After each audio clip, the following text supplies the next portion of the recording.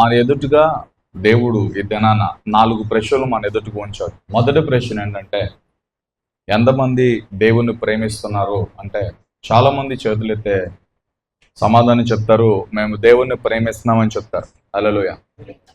రెండవ ప్రశ్న, ఎంతమంది ప్రార్థన చేస్తున్నారంటే, ఇక్కడున్న వారు అందరూ కూడా మాక్సిమం ప్రతి ఒక్కరు చేతులు ఎత్తుతారు. అర్ధ గంట నుంచి గంట, గంటన్నర, 2 గంటలు, 2.5 గంటలు, 3 గంటలు, 3.5 గంటలు, 4 గంటల వరకు మేము ప్రార్థన చేస్తున్నాం అని చెప్తారు. ఎంతమంది బైబిల్ చదువుతున్నారు అని అడిగితే చాలా మంది చెప్తారు, ఒక అధ్యాయం కాడి నుంచి 2 అధ్యాయాలు, 3 అధ్యాయాలు, 4 అధ్యాయాలు, వీలైతే 10 అధ్యాయాల వరకు మేము చదువుతున్నాం అని చెప్తారు. హల్లెలూయా. ఈ ప్రశ్నలన్నిటికీ ప్రతి ఒక్కరు కూడా చాలా ఖచ్చితంగా, చాలా సునాయాసంగా సమాధానం చెప్తారు, నో డౌట్. ఇప్పుడు ఎన్ని ప్రశ్నలు వచ్చినాయి? 3 వచ్చినాయి కదా. ఒకటి, ఎంతమంది దేవుని ప్రేమిస్తున్నారు? అందరూ చేతులెత్తి మేము దేవుని ప్రేమిస్తున్నాం చెప్తారు. ఎంతమంది ప్రార్థన చేస్తారంటే అందరూ ప్రార్థన చేస్తున్నాం అంటారు. ఎంతమంది వాక్యం చదువుతున్నారంటే అందరూ కూడా వాక్యం చదువుతున్నాం అంటారు. ఇక 4వ ప్రశ్న, ఎంతమంది పాపం చేస్తున్నారంటే చాలా మంది 90% ఏమంటారంటే, మేము ఏ పాపం చేయట్లేదు, మేము సంపూర్ణమైన మారు మనసు పొందాము, మేము ఏ పాపం చేయట్లేదని 90% మంది ఒప్పుకుంటారు. మిగతా 10% మంది వాళ్ళలో ఉన్న చిన్న చిన్న లోపాలను బట్టి, వారిలో ఉన్న కోపాన్ని బట్టి, వారికి ఉన్న బలహీనతలు బట్టి, ఇంకా మేము సెటరేట్ అవ్వాలయ్యా, చిన్న చిన్న బలహీనతలు మాలో ఉన్నాయని చెప్పి కొంతమంది సామాజికంగాను వ్యక్తిగతంగాను దేవుని కన్నులు ఎదుట ఒప్పుకునే గుంపులు కూడా ఉన్నాయి. హల్లెలూయా. ఇది 4వ గుంపు, 4వ ప్రశ్న. ఇక 5వ ప్రశ్న, ఇది చాలా చాలా ఇంపార్టెంట్ ప్రశ్న ఏంటంటే, దేవుని మాట ఎంతమంది వింటున్నారు? దేవుడు చెప్పింది చెప్పినట్లుగా చేస్తున్నారంటే చాలా మంది ఈ మాట గడుకు వచ్చేసరికి చాలా మంది ప్రశ్నార్థకంగా మారుతారు. దేవుడు చెప్పింది చెప్పినట్లు మేము చేయలేకపోతున్నాం, దేవుని మాట మేము వెళ్ళలేకపోతున్నాం కొన్ని సందర్భాలని చెప్పి చాలా మంది ఈ మాట కాడు చాలా మంది దొరికేస్తారు. దీనికి ముందు 4వ ప్రశ్నలో పాపం ఎంతమంది చేస్తున్నారంటే, నిజంగా మేము ఏ పాపం చేయట్లేదు అంటారు. కొంతమంది వారి గురించి మనం అర్థం చేసుకోవాల్సిన ప్రాముఖ్యమైన విషయం ఏంటంటే, నేను పాపం చేయట్లేదు, ఏ బలహీనత నాలో లేదు అని ఒకవేళ అతడు ధైర్యంగా చెప్పగలిగాడంటే, ఒకటి, అది నిజమై ఉండాలి. అది నిజమై ఉంటే దేవునికి స్తోత్రం. నిజంగా ఏ బలహీనత లేకుండా ఆత్మపూర్ణుడై యథార్థంగా దేవునికి భయపడి బ్రతుకున్నాడంటే ఆ వ్యక్తిని బట్టి మనం దేవుని స్తుతించవచ్చు. ఆ వ్యక్తిని బట్టి కూడా దేవుడు చాలా ఆనందిస్తూ ఉంటాడు. అది చాలా ఎక్సలెంట్. హల్లెలూయా. ఒకవేళ ఏదైనా చిన్న చిన్న బలహీనతలు ఉండి, లోపాలు ఉండి, నేను ఇలాగే వెళ్తాను, ఇదే భక్తి, నేను ఇలాగే సరిపెట్టుకుంటానని ఒకవేళ కాంప్రమైజ్ అయిపోయే పరిస్థితిలో ఉంటే ఆ వ్యక్తి చాలా ప్రమాదంలో ఉన్నాడు. హల్లెలూయా. ఆ వ్యక్తి యొక్క అసమర్థతను మనం గమనించాలి. అసలు పాపం అంటే ఏంటో ఆ వ్యక్తికి తెలియదనే విషయం మనకి ఇక్కడ అర్థం అవ్వాలి. హల్లెలూయా.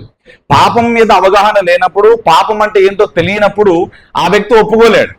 పాపముల గురించి అవగాహన ఉన్నప్పుడు, పాపముల గురించి ఆలోచన ఉన్నప్పుడు, అసలు పాపం అంటే ఏంటో ఆ వ్యక్తికి తెలిసినప్పుడు మాత్రమే ఆ వ్యక్తి దానిలో అర్థం చేసుకుని ముందుకు వెళ్ళగలుగుతాడు. హల్లెలూయా. అసలు పాపం అంటే ఏంటి? 5వ ప్రశ్న, దేవుని మాట వినకపోవడమే పాపము, దేవుడు చేయొద్దన్నది చేయకపోవటమే పాపము. హల్లెలూయా. బైబిల్ గ్రంథంలో చాలా మంది సాక్ష్యాలు, చాలా మంది బ్రతుకులు మనకు కనబడతాయి. దేవుని మాట విని దాని ప్రకారం జీవించి దేవుని రాజ్యంలో ఉన్నవారు, సేద తెచ్చబడుతున్న వారు, దీవించబడ్డవారు చాలా మంది ఉన్నారు. అట్ ది సేమ్ టైం దేవుని మాట వినకుండా దేవుని ఆజ్ఞను, దేవుని మాటను ధిక్కరించి, దేవుని సహవాసాన్ని ధిక్కరించి, దేవుని మాటను ధిక్కరించి చాలా మంది పాడైపోయిన వారి జాబితాలు కూడా బైబిల్ గ్రంథంలో ఉన్నాయి. హల్లెలూయా. నేటి ప్రశ్న ఏంటంటే, ఈ రోజున దేవుడు మనతో మాట్లాడేది, మనం వర్ధిల్లాలి, దీవించబడాలి, అన్ని విషయాల్లో కూడా ఫలించాలి. గాయుని గురించి యోహాను సంతోషపడినట్లుగా, గాయు అనే పరిచారకుని గురించి దేవుడు సంతోషపడినట్లుగా ఆత్మలో వర్ధిల్లుచున్న ప్రకారం అన్ని విషయాలు వర్ధిల్లాలి, అన్ని విషయాల్లో సౌఖ్యంగా బ్రతకాలి, అన్ని విషయాలు కూడా దేవుని చిత్తము మన జీవితంలో జరగాలి. అంటే మనం ఏం చేయాలి అంటే, చాలా పర్ఫెక్ట్ గా పరిశుద్ధాత్ముడు మనతో చెప్పేదంటే తెలుసా, దేవుడు ఏది చేయమన్నాడో అది చేయాలి, దేవుడు ఏది వదిలిపెట్టమన్నాడో అది వదిలిపెట్టాలి. చాలా మంది 4 ప్రశ్నలు మన ఎదుటి దేవుడు ఉంచాడు. దేవుడు చేయమన్నది చేయకుండా, దేవుడు వదిలిపెట్టమన్నది మనం వదిలిపెట్టకుండా, నువ్వెంత ప్రార్థన చేసినా ఆ ప్రార్థన కొండ ఉండదు చూసావా, బిందెను చూసావా, పగిలిన బిందులో చిల్లు పడిన కొండలో నీళ్లు పట్టుటతో సమానం, చిల్లు సంచిలోని సంపాదన దాచుకుంటుతో సమానం. నీవు దేవుడు వదిలిపెట్టమన్నది వదిలిపెట్టకుండా ప్రార్థన చేస్తా, ఆ ప్రార్థన ఎక్కడికి వెళ్తుంది? దేవుని మాట వినకుండా నువ్వు వాక్యం చదివినంత మాత్రాన, దేవుని మాట వినకుండా గంటలు గంటలు ప్రార్థన చేసినంత మాత్రాన, ప్రసంగాలు చేసినంత మాత్రాన, పాటలు పాడినంత మాత్రాన దేవుడు మన జీవితంలో ఇన్వాల్వ్ అవ్వలేడు. దేవుడు చేయాల్సిన మన బ్రతుకులో చేయలేడు. దేవుడు జరిగించాల్సిన కార్యాలన్నీ అలా ఆగిపోతూ ఉంటాయి. హల్లెలూయా.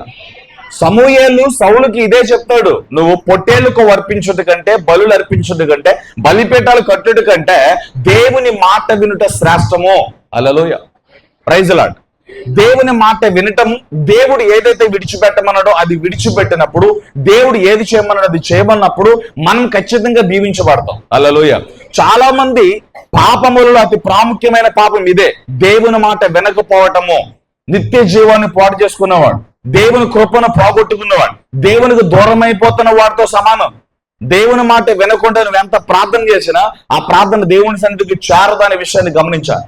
దేవుని విడిచిపెట్టమన్నది విడిచిపెట్టకపోతే, ఇది నీ జీవితంలో వద్దు, ఈ బలహీనత నుంచి నువ్వు బయటకు రావాలి, ఈ స్థితి నుంచి నువ్వు బయటకు రావాలి, ఈ పరిస్థితులు ఇది నీ జీవితంలో వద్దు అని ఏదో ఒక దాని గురించి దేవుడు నీ జీవితంలో ఎన్నరగా మాట్లాడినప్పుడు నువ్వు దాన్ని విడిచిపెట్టకుండా, దేవుని మాట వినకుండా నీ ఇష్టానుసారంగా వెళ్ళిపోతే నువ్వు చాలా పతనంలోకి వెళ్తున్నావు, చాలా అసమాధానంలోకి వెళ్తున్నావు, చాలా పాడు చేసుకునే పరిస్థితులకు నువ్వు వెళ్ళిపోతున్నావు అని పరిశుద్ధాత్మ దేవుడు మరలా చెప్తున్నాడు. హల్లెలూయా.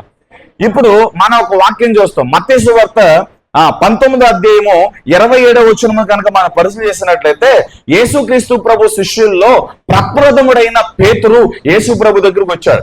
యేసు ప్రభు దగ్గరకు వచ్చి చెప్తున్నాడు, ప్రభా ఇదిగో నువ్వు మా దోణెలు వదిలిపెట్టమన్నావు, మా చేతి పనైన సముద్రంలో చేపల వేటను వదిలిపెట్టమన్నావు, వలలు వేయొద్దన్నావు, దోణెలు వదిలిపెట్టమన్నావు, కుటుంబాలు వదిలిపెట్టమన్నావు, నన్ను వెంబడించు, మనుషులు పట్టు జాలలుగా చేస్తానన్నావు. ఓకే, కొద్ది కాలంగా నీ మాట విని మిమ్మల్ని వెంబడిస్తూ వచ్చాం, మీ వెనక మళ్ళీ తిరుగుతూ వచ్చాం, ఇప్పుడు మా సమస్తాన్ని విడిచిపెట్టి నిన్ను వెంబడిస్తున్నాం కదా, మాకేంటి ప్రయోజనం, మాకేంటి కలిగే లాభం అని చెప్పి యేసుక్రీస్తు ప్రభు శిష్యుల్లో పేతురు అనే వ్యక్తి యేసు ప్రభుని అడిగారు. హల్లెలూయా.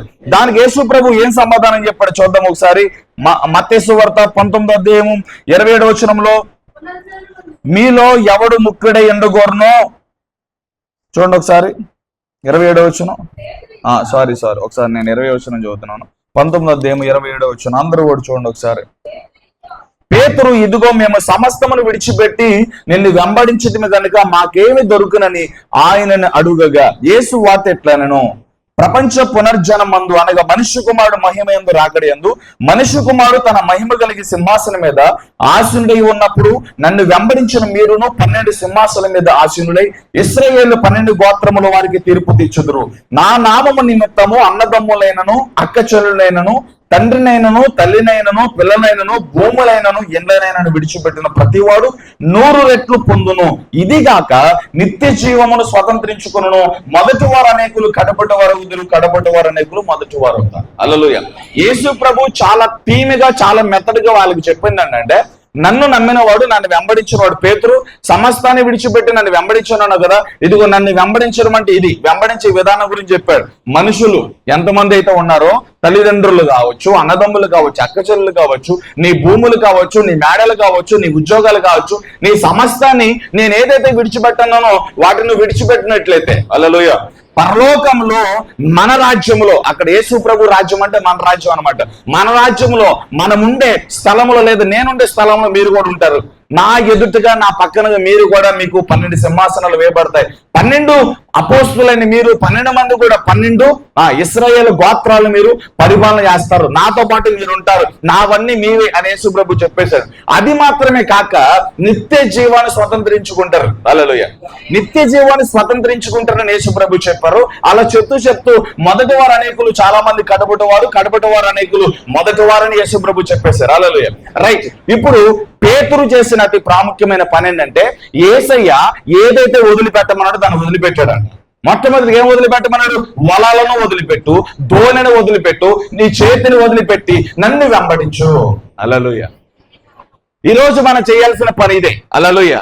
మనం దేన్నైతే ఇదే కరెక్ట్ అనుకుంటామో అది దేవుడు మన జీవితంలో ఉండకూడదు అనుకున్నప్పుడు, అది ఒక సేవకుడు ద్వారా లేకపోతే నీ హృదయ ప్రేరేపణ ద్వారా నీవు దేవునితో మాట్లాడుతున్నప్పుడు కానీ, ప్రార్థన చేస్తున్నప్పుడు కానీ దేవుడు నీకు బయలుపరిచిన ఎడల, ఒక దైవజనుడిలో నుంచి దేవుడు నీతో మాట్లాడిన ఎడల, లేదా వ్యక్తిగత కళ రూపంలోనో దర్శన రూపంలో దేవుడు నీతో మాట్లాడినప్పుడు ఏదైతే దేవుడు విడిచిపెట్టమన్నాడో దాన్ని విడిచిపెట్టాలి. ఒకవేళ దేవుడు విడిచిపెట్టమన్నది విడిచిపెట్టకుండా, దేవుడు తీసే ఇది నీ జీవితంలో వద్దు, ఇది నీ బ్రతుకులో వద్దు అని చెప్పినప్పుడు నువ్వు దాన్ని ఇంకా కొనసాగిస్తూ, దాన్ని కాపాడుకోవడానికి, దాన్ని పెంచుకోవడానికి, దానికి వృద్ధి చేసుకోవడానికి నువ్వు గాని ప్రయత్నం చేస్తే నిజంగా నువ్వు చాలా అవివేకములు, అజ్ఞానంలో ఉన్నావు. ఈ రోజున పరిశుద్ధాత్మ దేవుడు మనందరి మనోనేత్రాలు వెలిగించబడి తెరుచును గాక. హల్లెలూయా. దేవుని చిత్తము లేనిది మన జీవితంలో ఏముందో, దేవునికి వ్యతిరేకమైనది మన బ్రతుకులో ఏముందో, దేవుని చిత్తమునకు దూరము చేసే స్థితి, దేవుని చిత్తమునకు వేరు చేసే స్థితి, ఆయన వాడుకునే విధానానికి, ఆయన అభిషేకానికి, ఆయన తలంతులకు, ఆయన ప్రాముఖ్యమైన ఉద్దేశానికి, ఆయన నడిపింపుకు, ఆయన ఇచ్చే ఆదరణకు, ఆయన చాపే ఆపన్నాస్తమైన తన చేతికి వ్యతిరేకమైన పాపపు గోడ కావచ్చు, బలహీనత కావచ్చు, మనసు కావచ్చు, స్వభావం కావచ్చు, ఏదైతే ఉందో దాన్ని మనం విడిచిపెట్టినప్పుడు దేవుని కార్యాన్ని మనం చూస్తాం. దేవుడు నీతో చాలా సందర్భాల్లో మాట్లాడుతూ వచ్చాడు. లాస్ట్ సంవత్సరం అంతా గడిచిన చాలా రోజుల్లో ఇది నీ జీవితంలో వద్దు అని దేవుడు చెప్పాడు, ఇది నీ బ్రతుకులో వద్దు అని దేవుడు చెప్పాడు. కానీ నువ్వు ఇంకా దాన్ని కొనసాగించుకుంటూ వెళ్తే చాలా నష్టంలోకి వెళ్తావు. అది భూమా, అది పొలమా, అది మేడ, అది మిద్దె, అది ఉద్యోగమా, అది సెల్ ఫోనా, ఏదైతే దేవుని చిత్తము జరగనకుండా నిన్ను సిగ్గుపరిచేటట్లుగా చేస్తుందో అది వద్దు అని దేవుడు చెప్తున్నప్పుడు దాన్ని నువ్వు తీసేయాలి. దేవుడు ఇది చెయ్యని నీతో చెప్తున్నప్పుడు నువ్వు అది చెయ్యాలి. దేవుడు చెయ్యొద్దన్నది కాడ ఆగిపో, దేవుడు చేయమన్న కాడ పరిగెత్తు. దేవుడు ఇది తీసేయన్న కాడ తీసే, దేవుడు ఇది తీసుకో, ఇది పొందుకన్నప్పుడు అది పొందుకోవడానికి, అది స్వతంత్రించుకోవడానికి దేవుని సన్నిధిలో నువ్వు నిలబడాలి. హల్లెలూయా.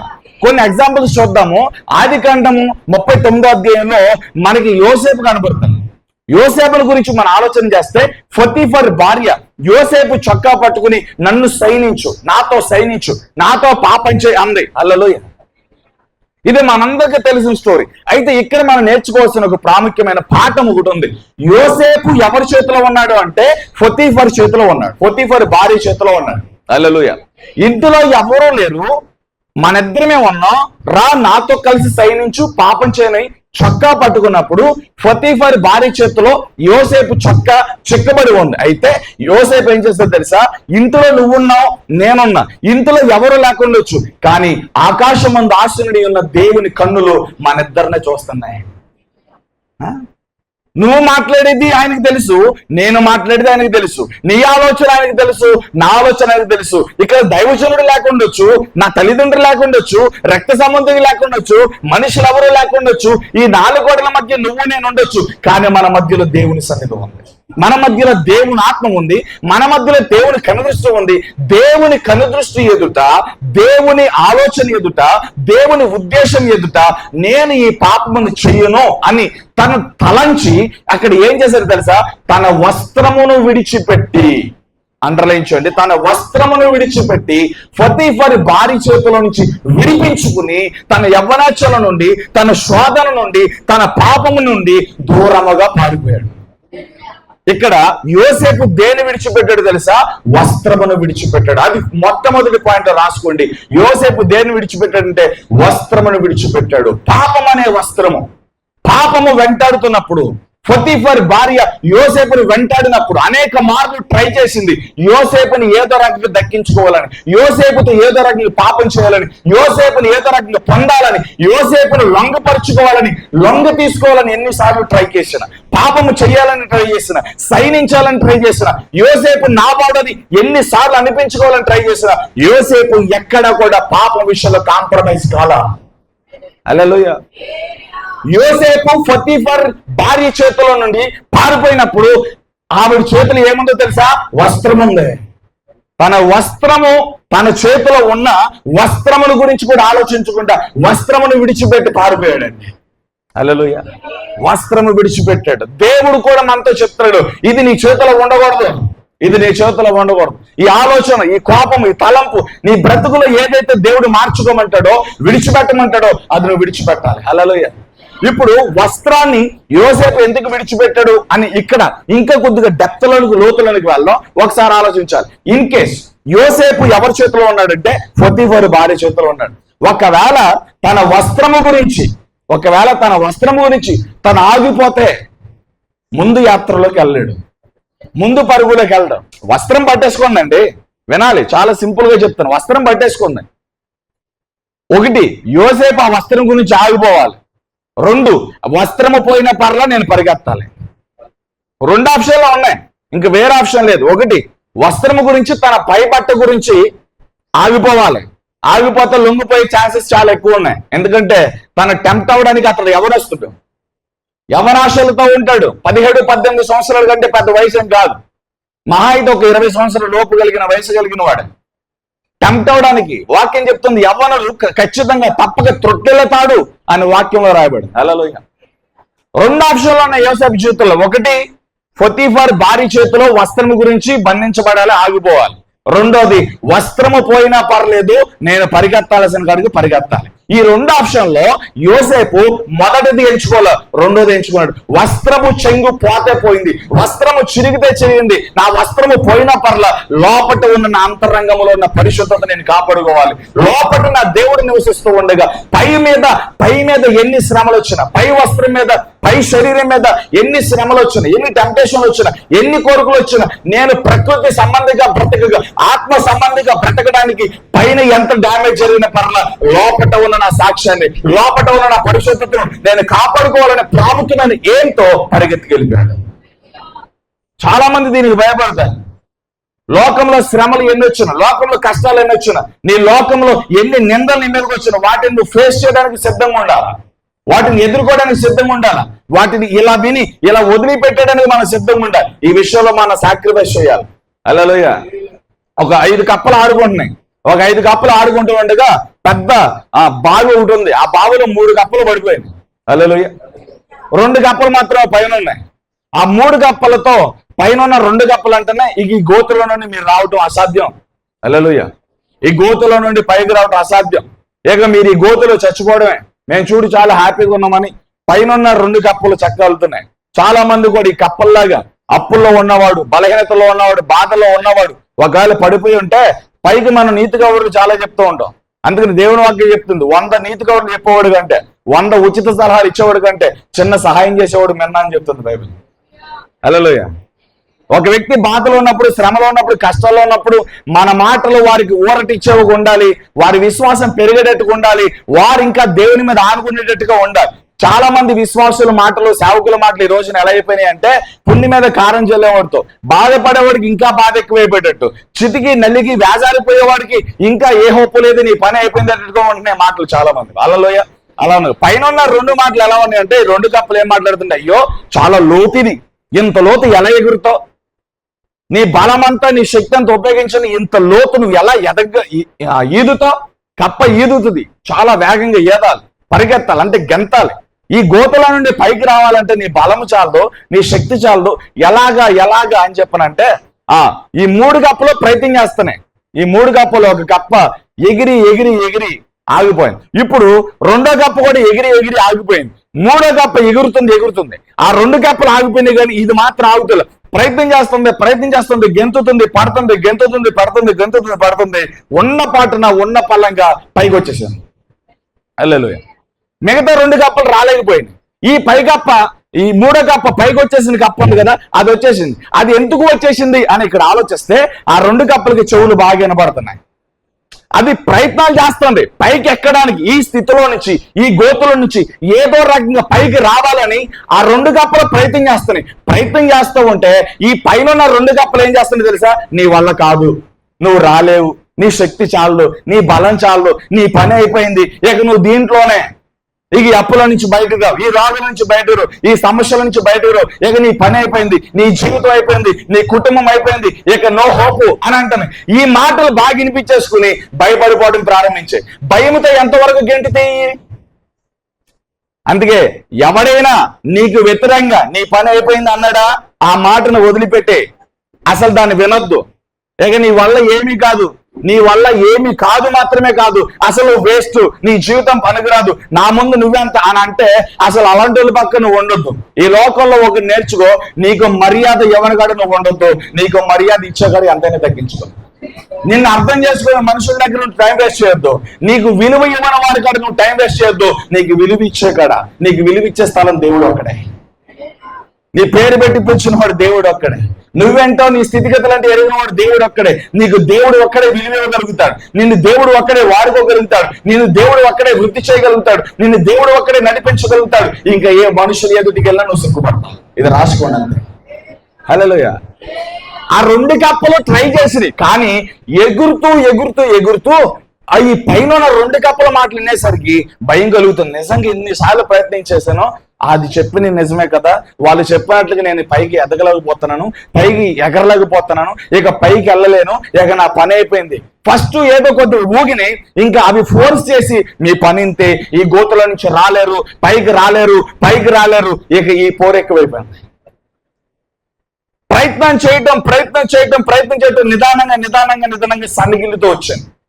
ఎగరటము తన బలమంతటిని ఉపయోగించడం తగ్గించుకుంటూ వచ్చింది. ఇక సతికిలి పని, ఇక నా పని అయిపోయింది. నిజమే, ఈ పైన 2 కప్పులు అన్నట్టుగా ఇక నా పని అయిపోయింది. 2 కప్పులు వాళ్ళ కాల, హల్లెలూయా.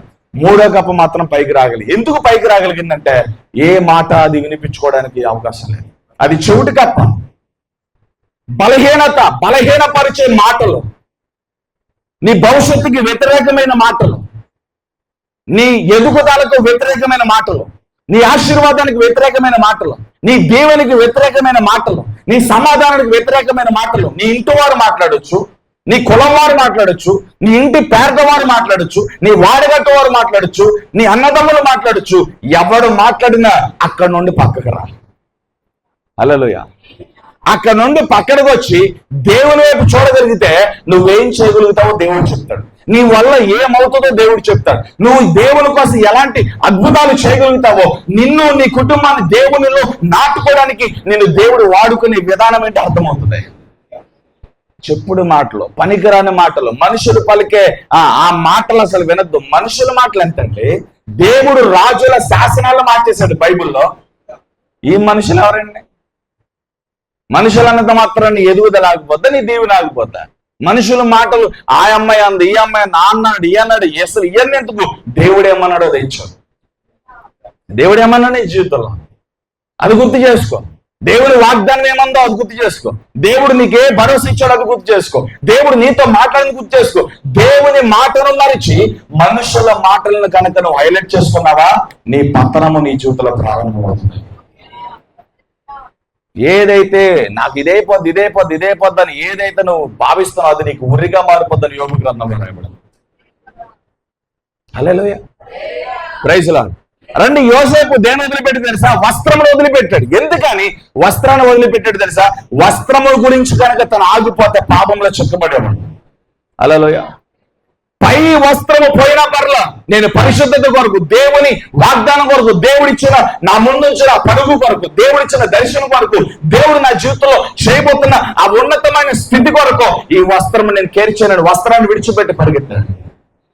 యోసేపు పరిగెత్తినట్లుగా నువ్వు పరిగెత్తాలి. హల్లెలూయా.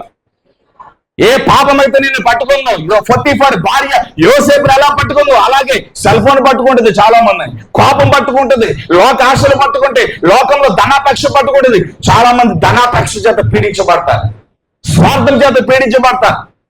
ధనాపేక్షను విడిచిపెట్టు, కోపాన్ని విడిచిపెట్టి ఏదైతే నిన్ను పట్టుకుని ఇక ఎదగనకుండా ఇదే భక్తి అని, ఇదే జీవితం అని, ఇదే దేవుని చిత్తం అని నిన్ను ఎక్కడైతే ఏదైతే ఆపేసిందో దాన్ని విడిచిపెట్టి పరిగెత్తాలి. ఇది నీ చేతిలోనే ఉంది, ఇది దేవుడు చేయడు. చాలా మంది దేవా నువ్వు దిగొచ్చేసి నా చేతిని పట్టుకుని నడిపించాయి. దేవుడు అలా చేయడు. నువ్వు ముందు బయటకు రావాలి, నువ్వు ముందు దేవుని కొరకు నిలబడాలి, నువ్వు ముందు దేవుని కొరకు స్టాండ్ అయితే, నువ్వు నిలబడితే అప్పుడు దేవుడు పట్టుకుంటాడు. హల్లెలూయా. రెండోది ఇంకే ఇక్కడ క్లారిటీ ఇస్తా. నువ్వు రాగలగడానికి అవకాశం ఉండి నువ్వు దేవుని పిలిస్తే దేవుడు రాడు. రావడానికి నీకు అవకాశం ఉన్నప్పుడు నువ్వే రావాలి. ఒకవేళ అవకాశం లేక నిండు నిలువున ములుగుపోయి ఇక ఏ దిక్కు లేదన్నప్పుడు ఇక దేవుడి దిక్కు కాబట్టి దేవుడు వస్తాడు నీ దగ్గరికి. నువ్వు లాభపడడానికి నీకు బలం ఉంది, నడవడానికి బలం ఉంది, దేవుని కోసం నిలబడడానికి నీకు శక్తి ఉంది. నువ్వు నిలబడాలి. దేవా ఇదిగో నాకున్న బలాన్ని బట్టి నీ కోసం నేను నిలబడ్డాను, ముందు యాత్ర నువ్వు కొనసాగించు ప్రభువా, నువ్వు దేవుని వద్దకు రావాలి. దేవుడు మనకు ఆలోచన ఇచ్చాడు, జ్ఞానం ఇచ్చాడు, తెలివిచ్చాడు, అందం ఇచ్చాడు, మంచి స్థితిని ఇచ్చాడు. ఈ స్థితిలో మన దేవుని కొరకు నిలబడాలి. దేవుడు మనకి ఇచ్చిన బలము, శక్తి, జాబు, ఇంకోటి ఏది దేవుని కృపలో నువ్వు పొందుకుని ఉన్నావో అదంతా దేవుని కోసం వాడాలి. హల్లెలూయా. ఎంతకాలం చెప్పించుకుంటావు నువ్వు వాళ్ళతో వెళ్తావు? ఎంతకాలం ఈ మనుషులు ఎదుట చేతులు చేప అడుక్కుంటావు? ఈ లోకంలో ఎవరు సహాయం చేయరు. ఎవరి దగ్గరికి నువ్వు వెళ్ళి దేహాన్ని చేయి చాటావా, ఆ చేతిని నీ ముఖాన్ని చూసి హల్లెలూయా నవ్వి పొమ్మంటాడు. ఇంట్లో నుంచి నా ముందు నుంచి పోరా అంటాడు. ఆడు నవ్వేలా ఉంటుందంటే నా ఎదురు నుంచి పోరా అంటాడు. హల్లెలూయా. ఇదే చెయ్యి, మనుషుల దగ్గర చాపి ఇదే చెయ్యి, దేవుని దగ్గర కనుక చాపితే ఇలా ఉన్న చేతిని ఇచ్చే చేయగా దేవుడు మార్చేస్తాడు. ఇది దేవుని దగ్గర, ఇది యేసయ్య దగ్గర మాత్రమే ఈ మహిమ ఉంది. యేసు ప్రభు ఒక్కరే ఈ స్థితిలోనికి నేను నడిపించగలిగిన వాడు. ఇంకా ఎక్కడికి వెళ్ళినా నీకు సమాధానం దొరకదు. ఇలా ఉన్న చేతిని ఇలా మార్చుటకు యేసయ్య ఒక్కరే చాలు దేవుడు. యేసయ్య ఒక్కడే శక్తి కలిగిన దేవుడు. హల్లెలూయా, ప్రైజ్ ది లార్డ్. యోసేపు దేవుని వదిలిపెట్టాడు తెలుసా? తన వస్త్రాన్ని వదిలిపెట్టాడు. వస్త్రం ఎందుకు వదిలిపెట్టాడు తెలుసా? ఆ వస్త్రము ద్వారా పాపంలో చిక్కబడే పరిస్థితి వచ్చింది. పొతీఫర్ భార్య వస్త్రాన్ని పట్టుకుంది, తన పై బట్టని గట్టిగా పట్టుకుంది. దాన్ని పెకిలించుకుని వెళ్ళకపోతే, ఆ చొక్కాన్ని విడిచిపెట్టకపోతే, ఆ పై వస్త్రాన్ని విడిచిపెట్టకపోతే యోసేపు జీవితంలో దేవుడు చెయ్యాలనుకున్నది చేయలేడు. యోసేపు ఆశీర్వాదం అక్కడే ప్రారంభించబడింది. గుంటలో త్రైపడ్డాడు, వెళ్ళని గుంట అమ్ము వేయబడ్డాడు. ఓకే, అసలైన శోధన ఇదే. గుంటలోనూ పనిలోనూ నమ్మకంగా ఉన్నాడు. దేవుడు పరిశీలన తన ఎదురుగా ఒక అందమైన స్త్రీని పెట్టాడు. ఎవరూ లేకుండా దేవుడే ఒంటరిగా చేశాడు. ఆదాము ఎలా ఒంటరిగా ఉన్నారో అలాగే ఇక్కడ ఎవరున్నారు? పొతీఫర్ భార్య, యోసేపు. ఒంటరి స్థితి. ఈ ఒంటరి స్థితిలో దేవుడు చూశాడు. హల్లెలూయా. డిఎల్ మోడీ గారి దగ్గరికి ఒక యవ్వన బిడ్డ, ఒక చెల్లి, ఒక అక్క వెళ్ళి, అయ్యా నాకు ఒక వ్యక్తితో మ్యారేజ్ ఫిక్స్ అయింది, ఎంగేజ్మెంట్ అయిపోయింది. ఆ వ్యక్తి ఎలాంటోడో నేను తెలుసుకోవాలనుకుంటున్నాను. పెళ్లి అయిన తర్వాత బాధపడేదానికంటే పెళ్లి అవ్వకముందు ఆ వ్యక్తి ఎలాంటోడో నాకు తెలియాలి. ఆ వ్యక్తి గురించి చాలా కాలంగా ప్రార్థన చేస్తున్నాను. ఆ వ్యక్తి గురించి పూర్తిగా నేను మంచోడా చెడ్డోడా, అతను ఎలాంటోడో తన మనస్తత్వం అర్థం చేసుకోవాలంటే నేనేం చెయ్యాలయ్యా అని చెప్పి డిఎల్ మోడీ గారి దగ్గరికి ఒక బిడ్డ వచ్చి అడిగింది. హల్లెలూయా. ఆ దైవజన్ ఏం చెప్పాడంటే, నువ్వు ఏ వ్యక్తినైతే వివాహం చేసుకున్న ఆ వ్యక్తి 4 గోడల మధ్య రహస్యంగా వ్యక్తిగతంగా ఉన్నప్పుడు ఒక్కసారి అవకాశం ఉండి చూడు. ఒంటరిగా తను ఎలా ఉన్నాడో నువ్వు చూస్తే, తన ఒంటరి జీవితం ఎలా ఉందో ఒకసారి చూస్తే, ఆ ఒంటరి జీవితాన్ని బట్టి, ఆ ఒంటరి స్థితిలో తను చేసే పనుల బట్టి అతడు ఎలా ఉంటాడో నీకు అర్థమైపోద్దని సలహా ఇచ్చాడు. హల్లెలూయా. ఒక మనిషి పక్కన ఒక మనిషి ఉన్నప్పుడు ఏదో ఒక సంభాషణ వెళ్ళిపోతాడు. చాలా మంది ఒంటరిగా ఉన్నప్పుడు పాపాలు చేస్తారు, రహస్య పాపాలు చేస్తారు. ఫోన్ పట్టుకుని ఒంటరిగా కూర్చున్నప్పుడు చూడకూడనవన్నీ ఒంటరిగా ఉన్నప్పుడే చూస్తారు, మాట్లాడకూడవన్నీ ఒంటరిగా ఉన్నప్పుడే మాట్లాడతారు. పక్కన ఎవరన్నా ఉంటే మాట్లాడరు. హల్లెలూయా. అంటే పక్కన ఉన్న భక్తిని దేవుడు ఎంచడు.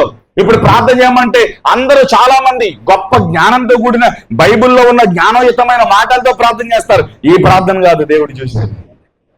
ఒంటరిగా ఉన్నప్పుడు నీ కన్నిటిని దేవుడు చూడాలి. నువ్వు ఒంటరిగా ఉన్నప్పుడు నువ్వు చేసే ప్రార్థన దేవుడు చూడాలి. నువ్వు ఒంటరిగా ఉన్నప్పుడు దేవునితో మాట్లాడతా, అది ప్రాముఖ్యం. హల్లెలూయా. ఇక్కడ ఏముంది? బ్రదర్ ప్రార్థన చేయడానికి పిలిచాను అనుకో, తప్పేది లేక చేయమన్నారు కాబట్టి వచ్చి ప్రార్థన చేస్తారు. కన్నీళ్ళు వచ్చిన రాపని ఏదో ఒక బెంగమూతుతో ఆ ఏడుపు మోకంతో ప్రార్థన చేసేది అయిపోతుంది. కానీ నిజంగా అది దేవుడికి నచ్చదని. హల్లెలూయా. యోసేపు పాపము చేత పట్టబడే స్థితి, వస్త్రము చేత పాపము పెకిలించి బంధించి గట్టిగా పట్టుకున్నప్పుడు దాన్ని పెకిలించుకుని దాని చెర నుండి బయటకు వచ్చాడు. యోసేపు దీవించబడడానికి అదే కారణం. చూడండి ఒకసారి అదే ఆదికాండము 41వ అధ్యాయం తెరవండి. ఒకసారి 41వ అధ్యాయం తెరవండి అందరూ. 41వ అధ్యాయము 41వ వచనం చదవండి, 42వ వచనం 43 వరకు చదవండి. మరియు ఫరో చూడుము, ఐగుప్తు దేశం అంతటికి నిన్ను నియమించి ఉన్నానని యోసేపుతో చెప్పను. మరియు ఫరో తన చేతుకున్న ఉంగరమును తీసి యోసేపు చేతిని పెట్టి సన్నపు నార బట్టలు అతనికి తొడిగించి అతని మెడకు బంగారపు గొలుసు వేసి తన 2వ రథము మీద అతను ఎక్కించును. హల్లెలూయా. ఎంత గొప్ప ధన్యత. ఫరో యోసేపుని తీసుకొచ్చాడు. ఫరో యోసేపును చూసినప్పుడు యోసేపు ఎక్కడున్నాడో తెలుసా? ఈ పాపం నుంచి తప్పించుకుని నిందల పాలైపోయి జైల్లో ఉన్నాడు, చెరసాల్లో ఉన్నాడు. యోసేపుని దేవుడు చెరసాల్లో ఉన్న యోసేపుని ఫరో ఎదురుకు తీసుకొచ్చి ఫరో కుచ్చి యోసేపుకి ఇచ్చేసాడు. అంతే. ఫరో యోసేపుని తన సింహాసనం ముందు కూర్చోబెట్టి ఈ ఐగుప్తు అంతా కూడా నీది, నువ్వేలు అన్నాడు. తన చేతికి ఉన్న ఉంగరము రాజు యొక్క అధికారము ఉంగరము. ఆ రాజ్యములో ఏదైనా ఒక చట్టమును గాని ఒక పనిని గాని ప్రారంభించినప్పుడు రాజుగారి ఎదుట అక్కడున్న మంత్రులు, సేనలు ఆ పాయింట్స్ అన్ని కూడా రాసి, ఆ చట్టాన్ని రాసి లాస్ట్ లో రాజు ఏలుకున్న ఆ ఉంగరము ముద్ర వేయాలి. హల్లెలూయా. ఆ చట్టము ఆ శాసనము తయారు చేయబడిన తర్వాత రాజు ముద్ర చేత అది ఆమోదం చేయబడుతుంది. ఇన్ కేస్ రాజు ఉంగరం యొక్క ముద్ర ఆమోద పత్రం మీద లేకపోతే అది చెల్లుబడి అవ్వదు. హల్లెలూయా. ఒకవేళ రాజు ముద్రము ఆమోదం చేయబడిన తర్వాత అది ఎన్ని రోజులైతే ఆ శాసనం నియమించబడిందో అన్ని రోజులు ఖచ్చితంగా నెరవేర్చబడాల్సిందే. దాన్ని క్యాన్సిల్ చేసే హక్కు కూడా రాజుకు లేదు. అంటే ఉంగరము దేనికి గుర్తు అంటే అధికారానికి గుర్తు, శాసించడానికి గుర్తు, గౌరవానికి గుర్తు, మహిమకు గుర్తు, ప్రభావానికి గుర్తు, ఒక ఉన్నతమైన వ్యక్తిత్వానికి గుర్తు ఉంగరం. ఇప్పుడు యోసేపు చేతి ఏమొచ్చింది తెలుసా? ఫర్రో తన చేతుకున్న ఉంగరమును తీసి యోసేపుకు తొడిగి సన్నటి నారబట్టలు కట్టి చక్కగా మెల్ల బంగారుపు గొలుసు వేసి తన రెండవ రథం మీద ఎక్కించుకున్నాడు. అంటే ఒక రథం ఫర్రో గారిది ఉంది, ఆ ఫర్రో పక్కన ఇంకో రథం. హల్లెలూయా. డిప్యూటీ ఫర్రో గారు అనమాట. ఇప్పుడు ఈయన ఎవరు? యోసేపు ఎవరు చెప్పండి? డిప్యూటీ సీఎం అన్నారండి. Deputy furrow. ఫర్రో తర్వాత ఫర్రో అయిన ఫర్రో తర్వాత ఇంకా అధికారి ఎవరు? యోసేపే. ఎంత గొప్ప మహిమ ఎందుకు వచ్చింది? దేవుని మాట వినటం ద్వారా, దేవుడు విడిచిపెట్టమన్నది విడిచిపెట్టడం ద్వారా. హల్లెలూయా. ఇంకో ఎగ్జాంపుల్ చూద్దాము. మిట్ట మధ్యాహ్నం యాకోబు బావి ఎద్దుకు ఒక కొండ పట్టుకుని వచ్చింది. ఎవరు? సమరయ స్త్రీ. హల్లెలూయా. ప్రైజ్ చెప్పండి. ఇది మనం ఎక్కడ చూస్తాం? యోహాను సువార్త 4:28 యోహాను సువార్త 4:28 సమరయ పట్టణానికి ఒక స్త్రీ వచ్చింది. వచ్చి యాకోబు బావి వద్ద నీళ్లు చదువుకుంటుంది. హల్లెలూయా. మిట్ట మధ్యాహ్నమున యేసు ప్రభు ఒంటరిగా ఆవిడ దగ్గరకు వచ్చారు. వినాలి, ఆవిడ దగ్గరకు వచ్చారు. రెఫరెన్స్ రాసుకుని వినండి. హల్లెలూయా. వెంటనే యేసు ప్రభు ఫస్ట్ మాట, అమ్మా నాకు కొద్దిగా దప్పికతో ఉన్నాను, దాహంతో ఉన్నాను, కొద్దిగా నీళ్లు పోస్తావు అంటే యేసు ప్రభు యొక్క ఆ అంగని చూసి, అవతారాన్ని చూసి, నువ్వు యోధుడు కదా, మాతో నువ్వు ఎలా మాట్లాడుతావు, మాతో నువ్వు ఎలా సాంగత్యం చేస్తావు, మేము ముట్టిన నీరుని నువ్వు ఎలా తాగుతావు, అది యూదులకి తగదు కదా అని చెప్పి యేసు ప్రభుని ప్రశ్న చేసింది. హల్లెలూయా. యేసు ప్రభు ఒకటే మాట అన్నాడు, ఇదంతా కాదు, నువ్వు ఇచ్చే నీళ్లు నేను తాగితే మళ్ళా కాసేపటికి దప్పికేస్తుంది, నేను ఇచ్చే నీళ్ళు తాగుడు అన్నట్టు దప్పికోండు. హల్లెలూయా. వాడి కడుపులో నుండి జీవజల నదులు వస్తాయి అని చెప్పి ఇండైరెక్ట్ యేసు ప్రభు ఇప్పుడు నేను బ్రతికించడానికి నేను ఇచ్చే నీళ్ళు నువ్వు తాగడానికి నేను వచ్చా, నా నీళ్ళు నీకు ఇద్దామని నేను వచ్చానని చెప్పి యేసు ప్రభు తలంచాడు. హల్లెలూయా. ఓకే, అంత అయిపోయింది. ఆవిడ నీళ్లు పోసింది, నీళ్ళు తాగేశాడు, అంత అయిపోయింది. తర్వాత యేసు ప్రభు మొదలు పెట్టాడు. హల్లెలూయా. నీ పెనిమిటి అక్కడ. హల్లెలూయా. ఆవిడ ప్రత్యుత్తరం ఇచ్చింది, నా పెనిమిటి చచ్చిపోయాడు చాలా కాలం కిందట, నాకు పెనిమిటి లేడు. హల్లెలూయా. సత్యమే చెప్పావు, నువ్వు చెప్పింది నిజమే. హల్లెలూయా. ఆయనను నీకు ఎంతమంది ఉన్నారు. హల్లెలూయా. నువ్వు సత్యమే చెప్పావు కానీ ఎంతమంది ఉన్నారు, వాళ్ళ పేర్లు చెప్పమంటావు అనేసరికి షాక్ అయిపోయింది. హల్లెలూయా. అంత మాత్రమే కాదు, ఇప్పుడు మరొకరితో నువ్వు పాపం చేయడానికి, మరొకరితో కలవడానికి వచ్చావు. హల్లెలూయా. చెప్పిన వెంటనే ఆవిడ చాలా షాక్ అయింది. ఆయన మెస్సయ్య అని, ఆయన దేవుడని, ఆయన పరిశుద్ధుడని, నన్ను గురించి చెప్పిన వాడు నాతో ఉన్నాడని అక్కడ ఒక క్రమం జరిగింది. ఆ క్రమం గురించి నాకు ఈ వాక్యానికి అవసరం. ఆవిడ ఏం చేస్తుందంటే, ఏ కుండనైతే మధ్యాహ్నము పూట బావి వద్దకు తీసుకొచ్చిందో ఆ కొండను ఆ బావి దగ్గర వదిలిపెట్టి యేసు ప్రభువుల గురించి చెప్పడానికి తన పట్టణమై ఉన్న సమరయ వద్దకు పరిగెత్తింది. హల్లెలూయా. ఇప్పుడు ఇదంతా కాదు, ఇప్పుడు నాకు కావాల్సిన పాఠం ఏంటంటే, ఆవిడ ఏం పట్టుకొచ్చింది నూతికాడికి చెప్పాలి, అందరూ చెప్పాలి. మన పాఠం ఎక్కడ ఉంది? ఆవిడ ఏం పట్టుకొచ్చింది? కొండ పట్టుకుని వచ్చింది. హల్లెలూయా. ఏం వదిలిపెట్టి వెళ్ళింది? చాలా మంది జీవితాలు ఈ కొండలు ఉంటాయి. మిట్ట మధ్యాహ్నం ఎవరు తిరగరు, ఎందుకంటే వేసవి కాలంలో మండుటెండలో దిమ్మ తిరిగిపోతుంది. ఆ ఎండకి ఎవడు 3-4 గంటల వరకు ఎవడో బయటకు రాడు. హల్లెలూయా. మిట్ట మధ్యాహ్నం ఎవరు తిరగని వేళ నీళ్లు తోడుకోవడానికి వస్తుంది. యాక్చువల్గా నీళ్లు తోడుకోవడానికి కాదు, నాతో పాటు చెప్పండి, ఆవిడ పాపం చేయడానికి వస్తాం. దేనికి వస్తుంది చెప్పండి? పాపము చేయడానికి వెళ్తుంది. ఇప్పుడు దానికి ఒక వంక కావాలి, ఒక రీజన్ కావాలి. ఆ వంకకి రీజన్ ఏం చేసిందంటే కుండను వాడుకుంది. కుండని చేతితో పట్టుకుని ఎవరన్నా అడిగితే ఇంట్లో నీళ్ళైపోయినాయి, నీళ్లు తోడుకోవడానికి వెళ్తున్నానని ఒక వంక, ఒక రీజన్, ఒక సమాధానం ఎదురుగా ఉన్న వారికి సమాధానం చెప్పడానికి కొండను చేతిలో పెట్టుకుంది. కానీ ఆవిడికి నిజంగా కొండలో నీళ్లు కాదు కావాల్సింది, ఆవిడ వాస్తవానికి మరొక వ్యక్తితో పాపం చేయడానికి వెళ్తుంది. పాపము చేయడానికి ఏ రీజన్ వాడుకుందంటే కొండను వాడుకుంది. హల్లెలూయా. యేసు ప్రభు ఎగ్జాక్ట్ గా ఎంటర్ అయ్యాడు అక్కడ. తన పాపముల గురించి, తన బ్రతుకు గురించి తన దగ్గర ఓపెన్ చేసేసరికి యేసుక్రీస్తు ప్రభువులో ఉన్న శక్తి, ఆయన ప్రభావం, ఆయన మాట్లాడే విధానంలో వచ్చిన ఆ ప్రేమ, ఆ సాత్వికము, ఆ దేన మనసును అంతటిని కూడా గమనించి యేసు ప్రభుతో సంభాషణ జరిగిన కొద్ది సమయంలోనే యేసు ప్రభు దైవత్వాన్ని గుర్తించింది ఆవిడే. యేసు ప్రభు మెస్సయ్య, ఆయన రక్షకుడు అనే వాస్తవాన్ని ఆయన గమనించి పాపము చేయడానికి తీసుకొచ్చిన కొండను విడిచిపెట్టి, సీ ద వర్డ్, ఆ మాట మీరు ఇంటికెళ్ళి చదువుకోండి, దాన్ని అండర్లైన్ చేయండి.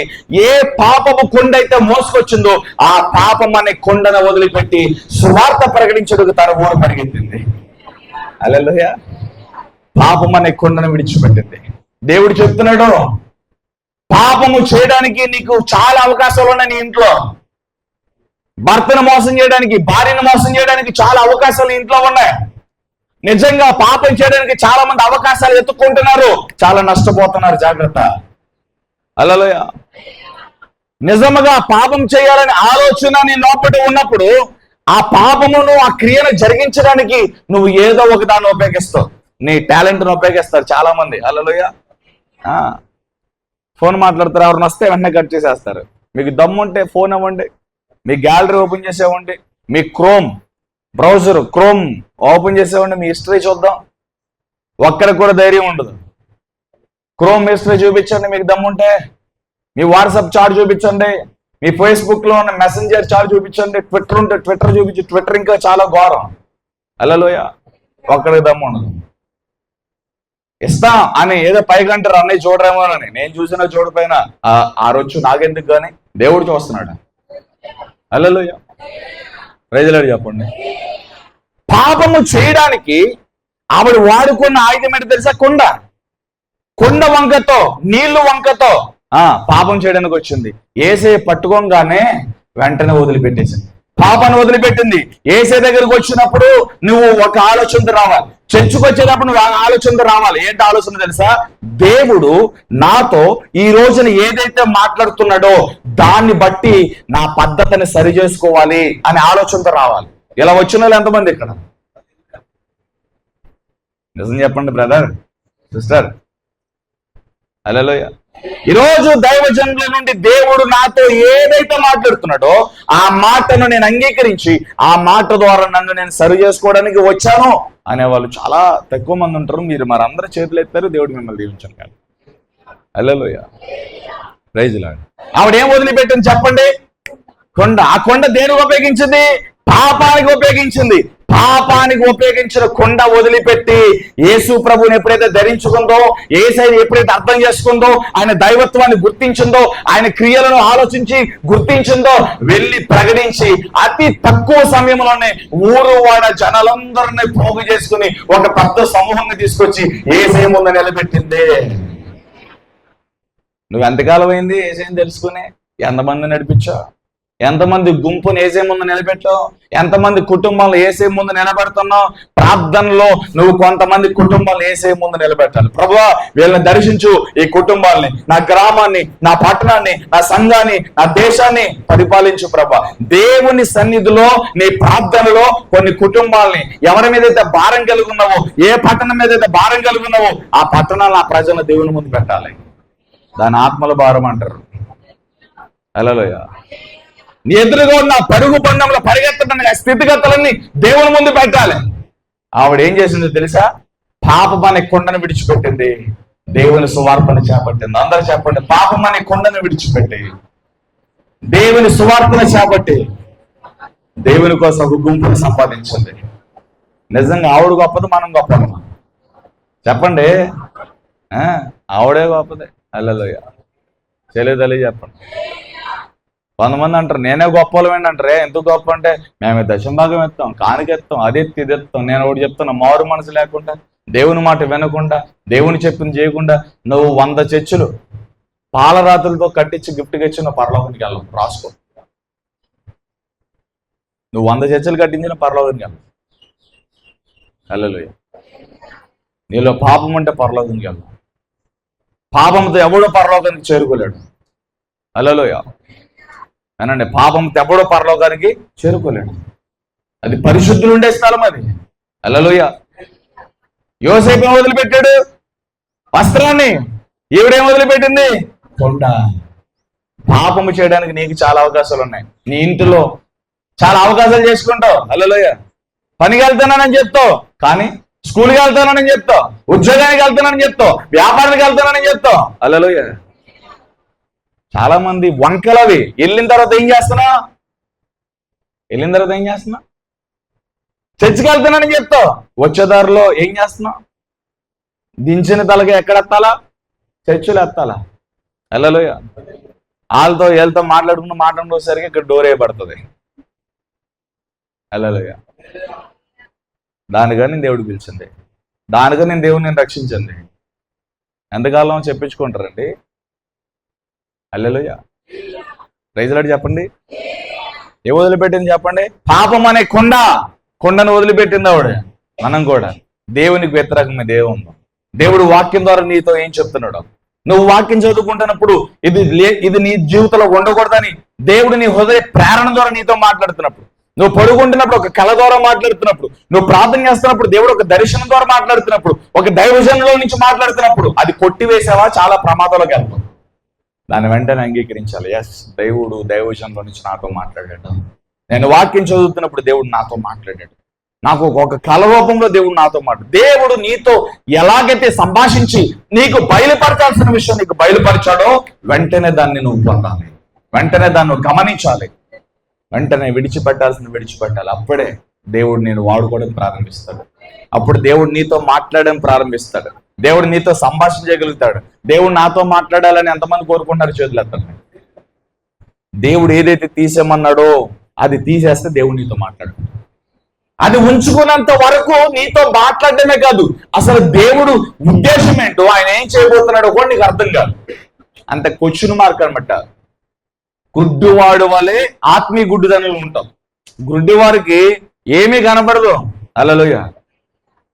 దేవుని మాట వినడం వారందరూ ఆత్మీయ గుడ్డితనం అన్నాడు. అంటే పైకి అన్ని చూడగలుగుతారు, కానీ లోపట ఆత్మీయ స్థితిలో దేవుడు చేయవలసిన కార్యాలు చూడలేరు. వాళ్ళ నేత్రాలు ముగిపడి ఉన్నాయి. ఈ లోక యుగ సంబంధమైన దేవత వారు మనోనేత్రాలకు గుడ్డితనం కలుగజేసిందంటే అదే. వాక్యము బాగా వింటారు, కానీ విన్న వాక్యము చాలా మందికి గుర్తుండదు. హల్లెలూయా. అదే గుడ్డితనం అంటే. వాక్యము ప్రకటించబడుతున్నప్పుడు ఆ వాక్యం రాసుకుని దాన్ని గుర్తు చేసుకుని ఇంటికి వెళ్ళిన తర్వాత నెమరు వేసి ఒక డైరీలో రాయాలి. ఇదిగో ఈ రోజున దేవుడు నాతో మాట్లాడు, దీంట్లో నాలో ఉన్న వ్యతిరేకతలు ఎన్ని ఉన్నాయి, ఒక డైరీలో రాయాలి. నువ్వు ప్రభా ఈ రోజు వాక్యంతో నాతో మాట్లాడో. యోసేపు గారు చొక్కాను వదులుకున్నారు, పాపాత్మురాలైన స్త్రీ కొండను వదిలిపెట్టేది సువార్త ప్రకటించింది. నువ్వు రాయాలి. అవి రాసుకున్న తర్వాత ఇంటికి వెళ్ళిన తర్వాత నువ్వు ఆలోచించాలి, నేను వదిలిపెట్టాల్సిన ఏమున్నాయి? కోపాన్ని వదిలిపెట్టాలా? ఆతురతగా మాట్లాడేదాన్ని విడిచిపెట్టాలి. వాళ్ళు వీళ్ళు చెప్పే మాటలు వినటాన్ని విడిచిపెట్టాలి. ఒకరి మీద సాడీలు చెప్పడాలు విడిచిపెట్టాలి. ఏమండి, వాళ్ళ గురించి వీళ్ళ గురించి ఆలోచించడం కంటే ముందు నేను దేవునితో సమాధానపడి నాలో ఏమైనా బలహీనతలు ఉన్నాయేమో, దేవుని దగ్గర సరి చేసుకోవాల్సిన ఉన్నాయేమో, వీటి గురించి ఆలోచించడం నేను నేర్చుకోవాలి. హల్లెలూయా. దేవుని దగ్గర కూర్చుంటే దేవుడు అంతా సవరణ చేస్తాడండి. మనలో ఉన్న ఒక భయంకరమైన చెడ్డ బుద్ధి ఏంటంటే టీవీ ముందు కూర్చుంటే, సెల్ ఫోన్ ముందు కూర్చుంటే, మనుషుల ముందు కూర్చుంటే, రాజకీయవేత్తల ముందు కూర్చుంటే, అందరి ముందు కూర్చున్నా కానీ దేవుని సన్నిధిలో మాత్రం కూర్చోం. మనం ప్రార్థనలో మాత్రం కూర్చోం. ప్రార్థనలో కనిపెట్టాం. దేవా నన్ను ఏం చేయమంటావు? నన్ను బట్టి నువ్వు ఆనందిస్తున్నావా? నన్ను బట్టి నువ్వు సంతోషిస్తున్నావా? నాలో నీకు వ్యతిరేకమైన ఏమంటే బయలుపరచు ప్రభావ, దాన్ని కాల్చివే ప్రభావ, నేను నీ సొత్తు ప్రభావ అని దేవుని ఎదుట చెప్పే వాళ్ళు చాలా తక్కువ మంది ఉంటారు. హల్లెలూయా. తెలియదలే చెప్పండి. యోసేపు తన చొక్కాను విడిచిపెట్టాడండి. నువ్వు విడిచిపెట్టాల్సిన ఏమన్నా చూడు. దేవుడు ఏదో వదిలిపెట్టమన్నాడు, అది వదిలిపెట్టే. శిష్యులు అంటున్నారు మేము సమస్తాన్ని విడిచిపెట్టి నిన్ను వెంబడించాం. యోసేపు తన సమస్తాన్ని విడిచిపెట్టి, తన వస్త్రాన్ని విడిచిపెట్టి, పాపం చేయాల్సిన పరిస్థితి వచ్చిన తన అనుకూలమైన చిత్తం మాత్రాన్ని వదిలిపెట్టి దేవుని చిత్తం వరకు పరిగెత్తాడు. హల్లెలూయా. కొండను వదిలిపెట్టింది, పాపము చేయాల్సిన కొండను వదిలిపెట్టింది. కొండని పాపాన్ని వదిలిపెట్టి యేసయ్య సువార్త ప్రకటించడం మొదలుపెట్టింది ఆవిడ. చేతులెత్తలే చెప్పండి. హల్లెలూయా. మొదటి రాజుల గ్రంథము 19వ అధ్యాయము 19-20 వచనాల్లో ఇక్కడ మనకి ఎలీషా కనబడతాడు. హల్లెలూయా. ఏలియా వెళ్ళాడు, దుప్పటి వేశాడు, అంతే.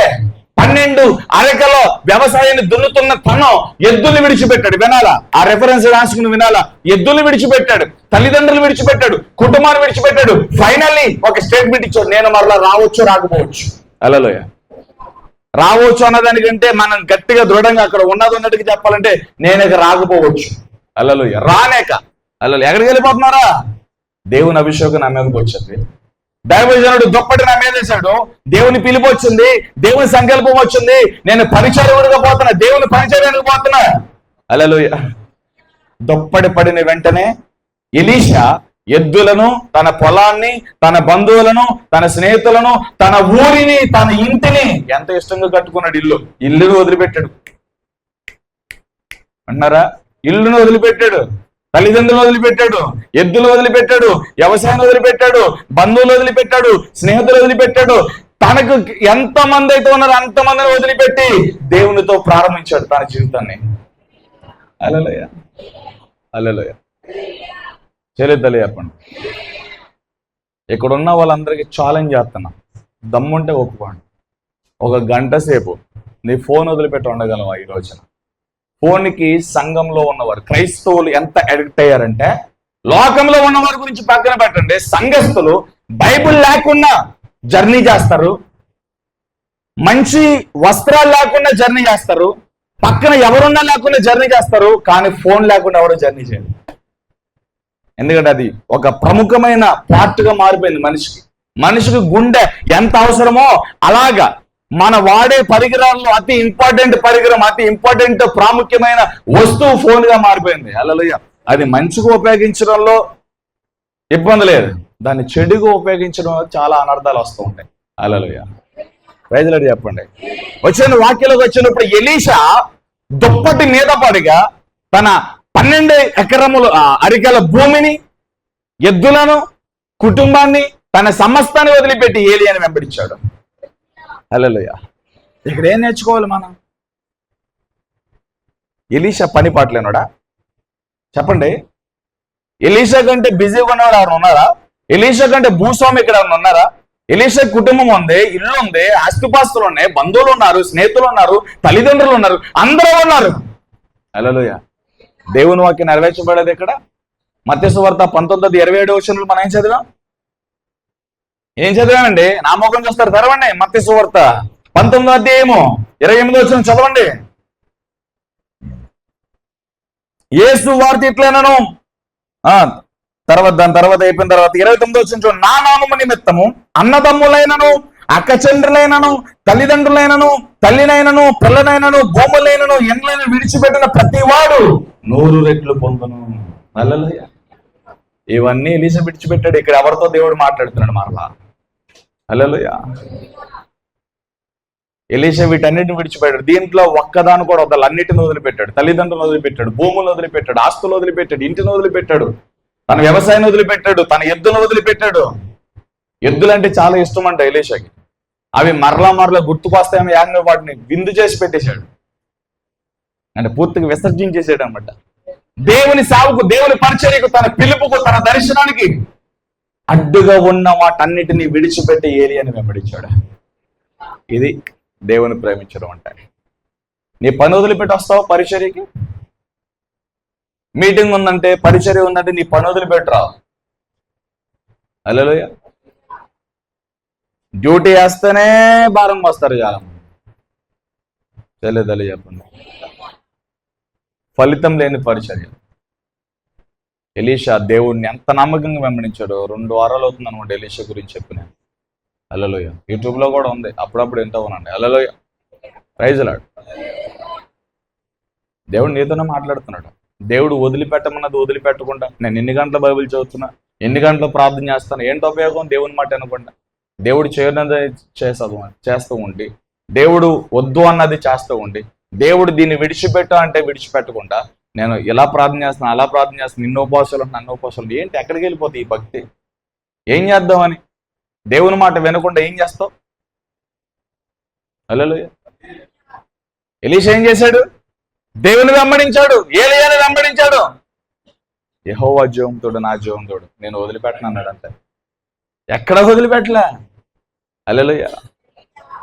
ఎలీషా సమస్తాన్ని వదిలిపెట్టాడు. దేవుని రాజ్యంలో ఉన్నాడు ఎలీషా. చదివే తలే చెప్పండి అండి, చదవండి ఒకసారి. మొదటి రాజ్యం గ్రంథం 19వ అధ్యాయం 19-20 ఏలియా చెట్టు నుండి పోయిన తర్వాత షాపాతు కుమారుడైన ఎలీషా కనబడును. అతడు తన ముందర ఉన్న 12 వరకలను ఎడ్ల చేత దున్నుతూ ఉండగా, లాస్ట్ వరకు దున్నుతూ ఉండగా ఏలియా అతన్ని చేరుకుని తన దుప్పటి అతని మీద వేయగా, అండర్లైన్ చేయండి, తన ఎడ్లను విడిచి చదవక ఏలియా వెంట పరిగెత్తాడంట. హల్లెలూయా.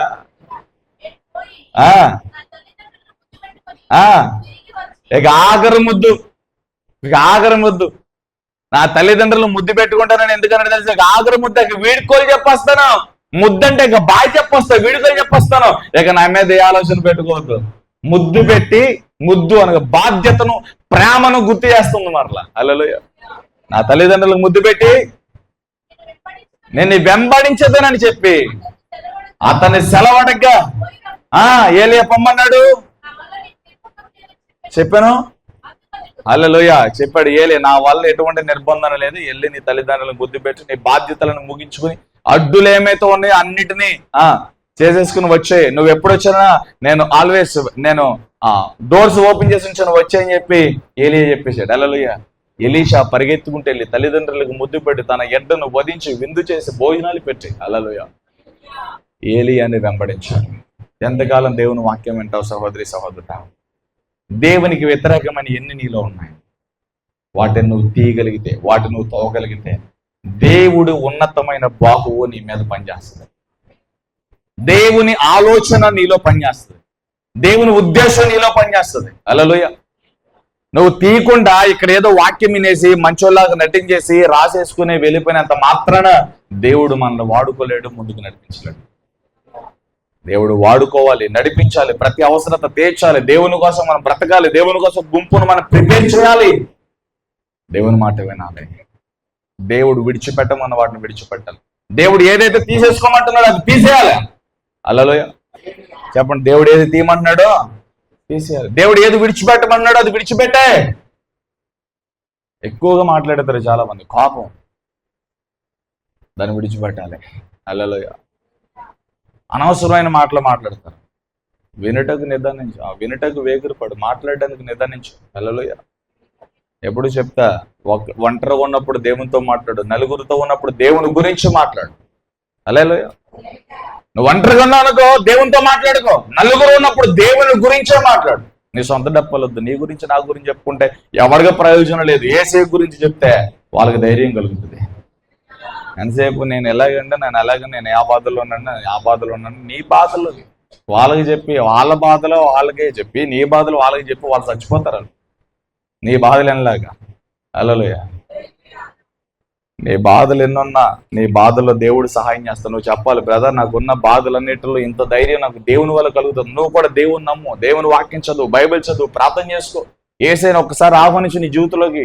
అసలు యేసు ప్రభు గురించి తెలిసిన వాళ్ళు కొంతమంది ఉన్నా, ఇవాళ యేసయ్య గురించి తెలియని వాళ్ళు అంటే ఎవరు లేరు. అందరికి యేసయ్య తెలుసు. అంటే ఆయన ఒక్కడే దేవుడు అనే విషయం చాలా మందికి తెలియదు. అందరు దేవుళ్ళతో పాటు ఆయన ఒక దేవుడు అని అనుకుంటున్నారు, కానీ నిజంగా లోకానికి, ప్రపంచాన్ని ఆయన ఒక్కడే దేవుడు, ఆయన ద్వారా మాత్రమే నిత్య జీవం అనే విషయం చాలా మందికి తెలియదు. మీకు తెలుసా? యేసు ప్రభు అందరికీ తెలుసు. ఎలా తెలుసు? అందరి దేవుళ్ళతో పాటు ఆయన కూడా ఒక దేవుడు అని, కొంతమంది ప్రవక్త అని, ఆయన చాలా గొప్పవాడని. హల్లెలూయా. రకరకాలుగా యేసు ప్రభుని వెంబడిస్తున్నారు. ఎలాగా? ఆయన గొప్ప ప్రవక్త అని వెంబడించే వాళ్ళు ఉన్నారు, ఆయన దేవుడితో సమానమని వెంబడించే ఉన్నారు, అందరి దేవులతో పాటు ఆయన కూడా ఒక దేవుడిగా వెంబడించేవారు ఉన్నారు. కానీ ఒక క్రైస్తవులుగా మనం తెలుసుకోవాల్సింది, ఆయన తప్ప ఈ లోకంలో మరొకటి లేదా. ఆయన తప్ప వేరొక దేవుడు లేడు. ఆయన తప్ప వేరొక రక్షణ మార్గం లేదు. ఆయన తప్ప వేరొక నామము లేదు. యేసుక్రీస్తు నామమే రక్షణ ప్రాకారం అంటే. హల్లెలూయా. ఇది మనం తెలుసుకోవాలి, ఇదే చెప్పాలి. నీ బాధల గురించి ఎక్కువ చెప్పండి. బ్రదర్, నాకు ఇన్ని అప్పులు ఉన్నాయి, ఈ బాధలు, నీ సమస్యలు ఉన్నాయి, కానీ నేను నమ్ముకున్న దేవుడు నాతో మాట్లాడు, నాకు సహాయం చేస్తున్నాడు. మీరు కూడా ఒకసారి యేసయ్యని ఆహ్వానించండి. యేసయ్యకి అవకాశం ఉంది. యేసయ్య, ఈ బాధ నుండి నన్ను విడిపించు, నీ కోసం నన్ను బ్రతికించు అని చెప్పి చిన్న ప్రార్థన చేసుకుని బ్రదర్, సువార్త అంటే ఇదే. హల్లెలూయా. బాధల్లో ఉన్నవాడికి ఇలా చెప్పాలి, నువ్వు సాతాన్ని వెంబడించో, నువ్వు దెయ్యం పెట్టవా అంటే వాడికి ఒళ్ళు మండిపోతాడు. బాధల్లో ఏం చేస్తున్నాడు తెలియక టప్ప టప్ప రెండు పీకెత్తాడు, లేదా నెత్తి మీద బండర వేసేస్తాడు, చచ్చిపోతాడు. హల్లెలూయా. అలా సాగకుండా కొద్ది జ్ఞానంతో, మెచ్యూరిటీతో మీరు బాధలో ఉన్నవాడికి ఒకలా చెప్పాలి, హేతువాదులకు ఒకలా చెప్పాలి, మహమ్మద్దులకు ఒకలా చెప్పాలి. హల్లెలూయా. పరిశుద్ధాత్మ నమ్మనుడు ఒకలా చెప్పాలి, తండ్రిని మాత్రం యేసు ప్రభువుని పరిశుద్ధాత్మ నమ్మను ఒకలా చెప్పాలి. ఇన్ని విశ్వాసాలు తగలండి, మనం ఏం చేస్తాం? హల్లెలూయా. ఎంతమంది మనస్తత్వం కలిగిన వారు ఉన్నారు. యేసు ప్రభువుని దేవుడికి నమ్మకుండా తండ్రినే దేవుడిగా నమ్మే వాళ్ళు ఉన్నారు. యేసు ప్రభువుని పరిశుద్ధాత్మ నమ్మరు. హల్లెలూయా. కొన్ని సంఘాలు అయితే తండ్రిని యేసు ప్రభు నమ్ముతారు, అసలు పరిశుద్ధాత్మ దేవుని విషయమే వాళ్ళకు ఉండదు. అన్ని భాషలు అంటే తెలియదు, అభిషేకం అంటే తెలియదు. ఎవరైనా భాషలు మాట్లాడితే అల్లితే కొంతమంది ఇవాళ దేవుని చేత బలంగా వాడబడే యవనస్తులు కూడా కొంతమంది ఏమన్నారంటే, అరే యవన దైవజనులు కూడా ఎవరన్నా భాషలు మాట్లాడేదని గెంతలేస్తే అల్లర చేస్తున్నారు. వాళ్ళకి పరిశుద్ధాత్మ గురించి అవగాహన లేదనమాట. హల్లెలూయా. తెలియజెప్పండి. పరిశుద్ధాత్మ దేవుని శక్తి చేత నింపబడి ఒక వ్యక్తి భాషలు మాట్లాడి తన ఆత్మలో చిందులేస్తూ ఆనందిస్తున్నాడంటే ఆ వ్యక్తిని చూసి వాడు అల్లరి చేస్తున్నాడు, పరిశుద్ధాత్మ దేవుడు అలా చేయడు అని పరిశుద్ధాత్మ దేవునికి తన భాషలకు తన నడిపింపు వ్యతిరేకంగా మాట్లాడేవాడు అందరూ కూడా పరిశుద్ధాత్మ దేవుని గురించి వారికి అవగాహన లేదు అనే విషయం మనం తెలుసుకోవాలి. హల్లెలూయా.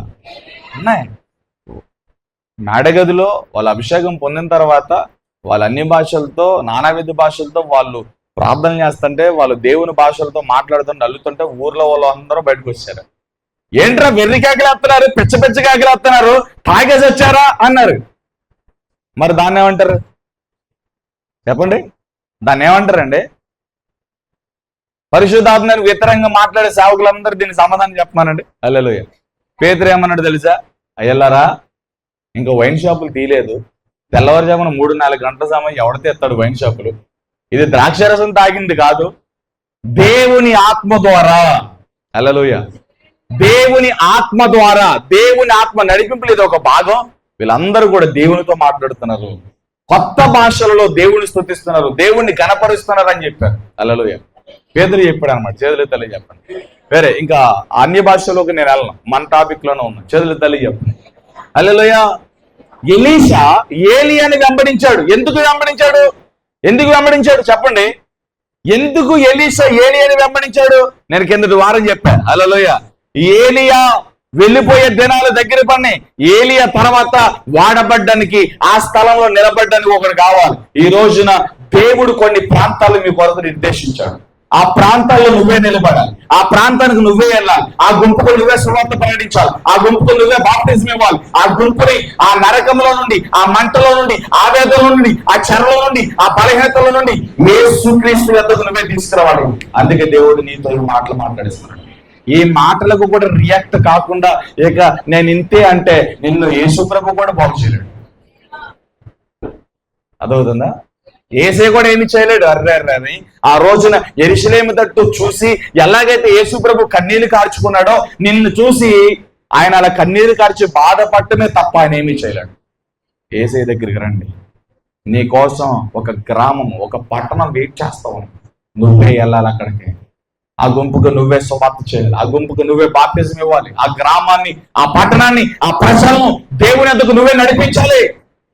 కొంతమందికి చెప్తా, నేను చెప్పే ప్రవచనం కానీ ఒళ్ళు దగ్గర పెట్టుకుని చెప్తా, దేవుడు ఏది చెప్పన్నాడు అది చెప్తా. కొంతమంది చెప్తా, దేవుడు నేను ఏర్పరచుకున్నాడు, దేవుడు నేను సేవకు పిలుస్తున్నాడు. చాలా సందర్భాల్లో చెప్తానా, కొంతమంది కూరలో కరివేపాకం తీసినట్లు తీసి పడేస్తారండి మాట.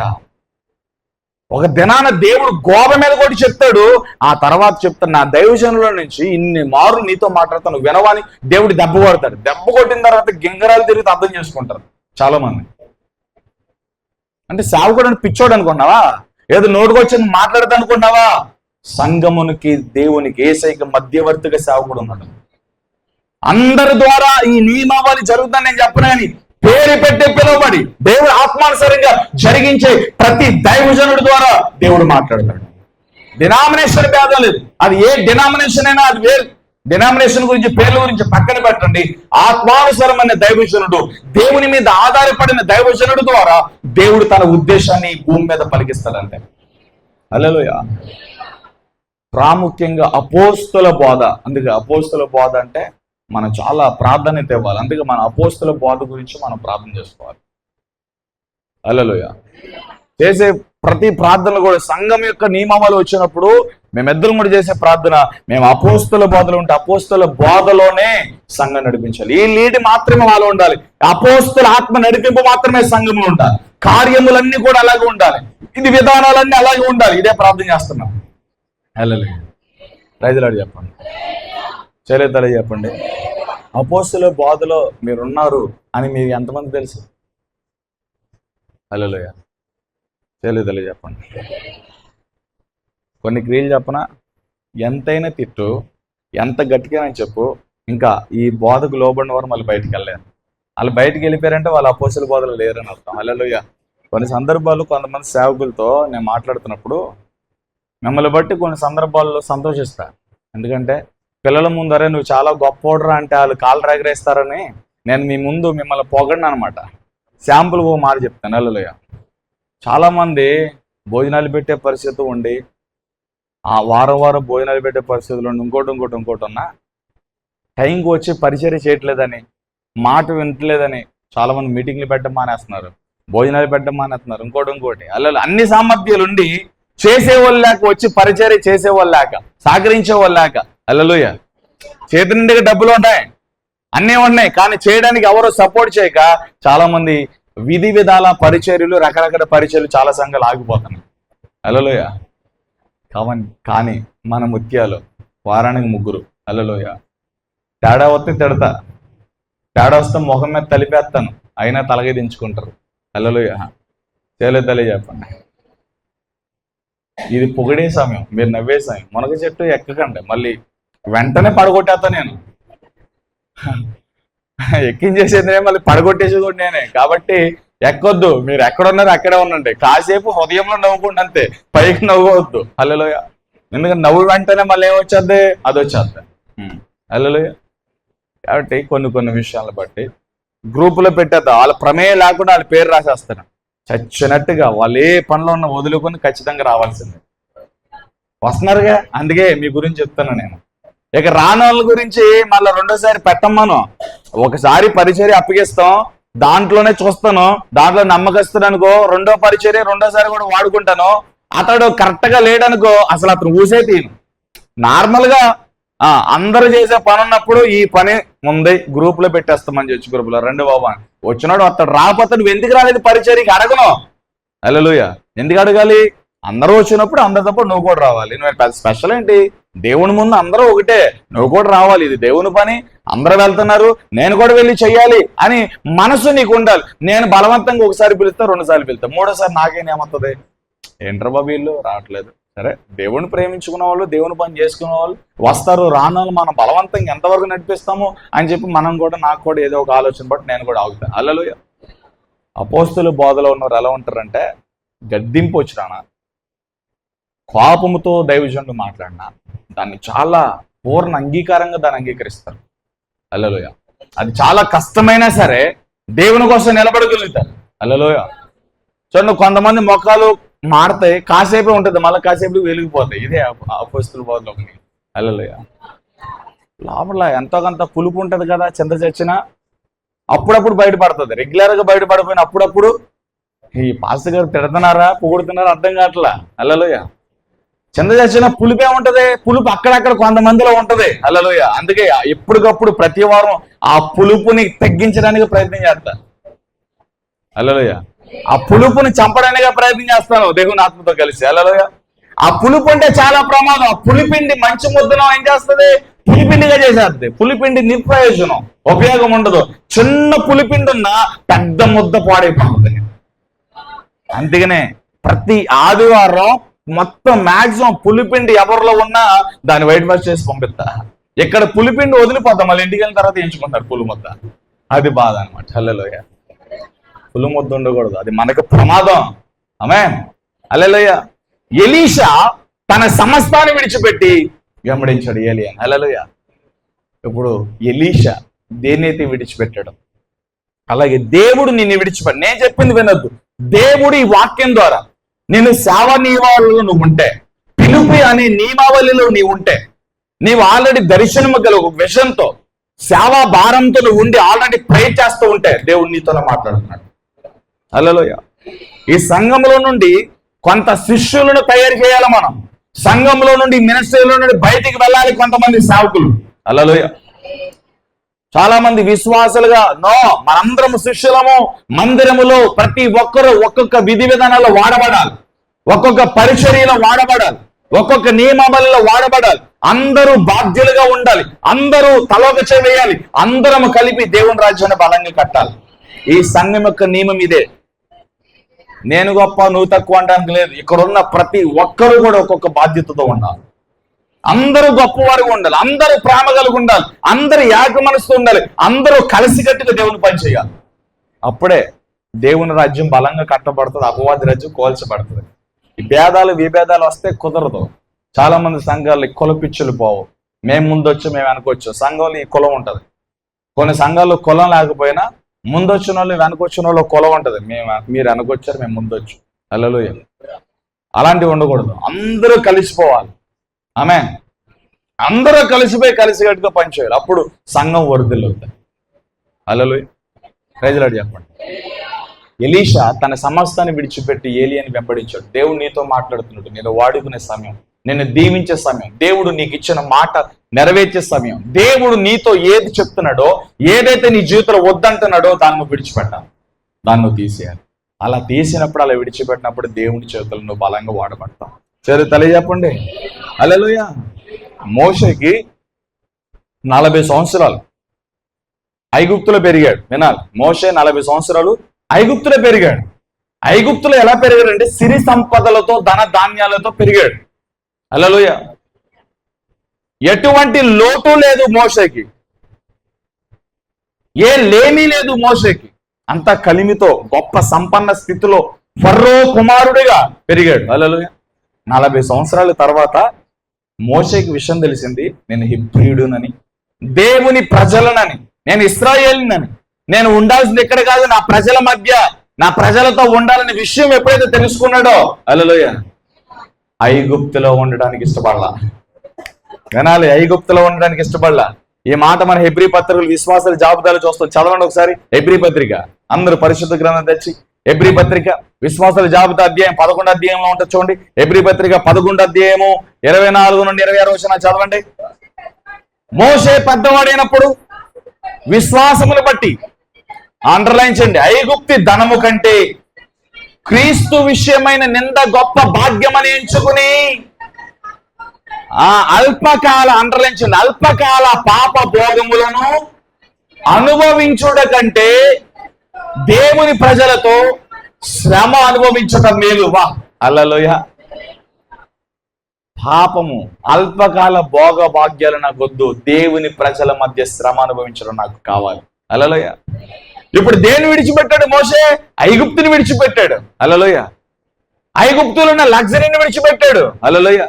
ఐగుప్తుల ఆహారాన్ని విడిచిపెట్టాడు. ఐగుప్తుల అధికారిగా ఉన్నాడు, తన అధికారాన్ని విడిచిపెట్టాడండి. ఐగుప్తుల గొప్ప అధికారి మోషే. కనుక ఐగుప్తులు అలాగే ఉంటే ఫర్రో తర్వాత ఫర్రో మోషేనే. రామ్సేన వచ్చేవాడు కాదు. హల్లెలూయా. రామ్సేస్ అనే వ్యక్తి మోషేకి ముందున్నవాడు, మోషే తర్వాతే. ఫర్రో తర్వాత మోషే ఫర్రో అవ్వాలి.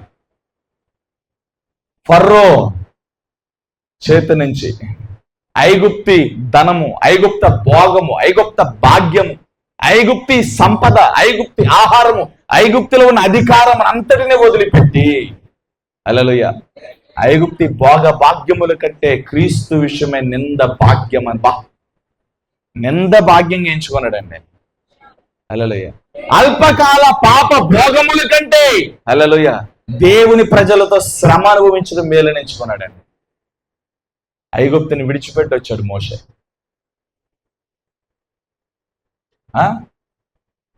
దేవుడు నువ్వెక్కడైతే ఏ సుఖంలో అయితే ఉంటావో ఆ సుఖాన్ని విడిచిపెట్టమన్నప్పుడు, ఆ లగ్జరీని విడిచిపెట్టమన్నప్పుడు, ఆ పనిని విడిచిపెట్టమన్నాడు, ఆ ఉద్యోగాన్ని విడిచిపెట్టమన్నప్పుడు, దేవుడు నిన్ను సేవకు పిలిచినప్పుడు, దేవుడు నువ్వు ఉన్న స్థితిలో ఏ స్థితిలో అయితే ఉన్నా దాన్ని విడిచిపెట్టి ఎలా ఉన్నావో అలా వచ్చామని దేవుడు చెప్పినప్పుడు నువ్వు రావాలి బయటికి. హల్లెలూయా. అలా మనకంటే ముందు చేసిన కొంతమంది మిషనరీలు, కొంతమంది సేవకులు లక్షల లక్షల ఉద్యోగాల జీతాలను వదిలిపెట్టి, కుటుంబాలను వదిలిపెట్టి, వారు కట్టుకున్న ఇల్లు వదిలిపెట్టి, వాళ్ళు కొన్ని ఇంపార్టెంట్ కార్డ్స్ను వదిలిపెట్టి, కార్స్ను ఇల్లులు, స్థలాలు, భూములు అన్ని వదిలిపెట్టి నరమాంసం భక్షకుల దగ్గరికి, అరణ్యాల్లో ఉన్న ప్రజల దగ్గరికి, కొండల్లో కోనల్లో ఉన్న ప్రజల దగ్గరికి వెళ్ళి వాళ్ళకు సువార్త ప్రకటించి ఆ వాతావరణం పడక రకరకాల విషజ్వరాలతో చచ్చిపోయిన వాళ్ళు కొంతమంది, సువార్త చేస్తూ చచ్చిపోయిన వాళ్ళు కొంతమంది, హతసాక్షులైపోయి బ్రతికుండగానే సజీవం ఉండగానే అనేక ప్రజలతో చంపబడిన హతసాక్షులు కొంతమంది. ఇలా చెప్పుకుంటూ పోతే వాళ్ళ కాళ్ళ గోటికి కూడా మన భక్తి చాలదండి. హల్లెలూయా.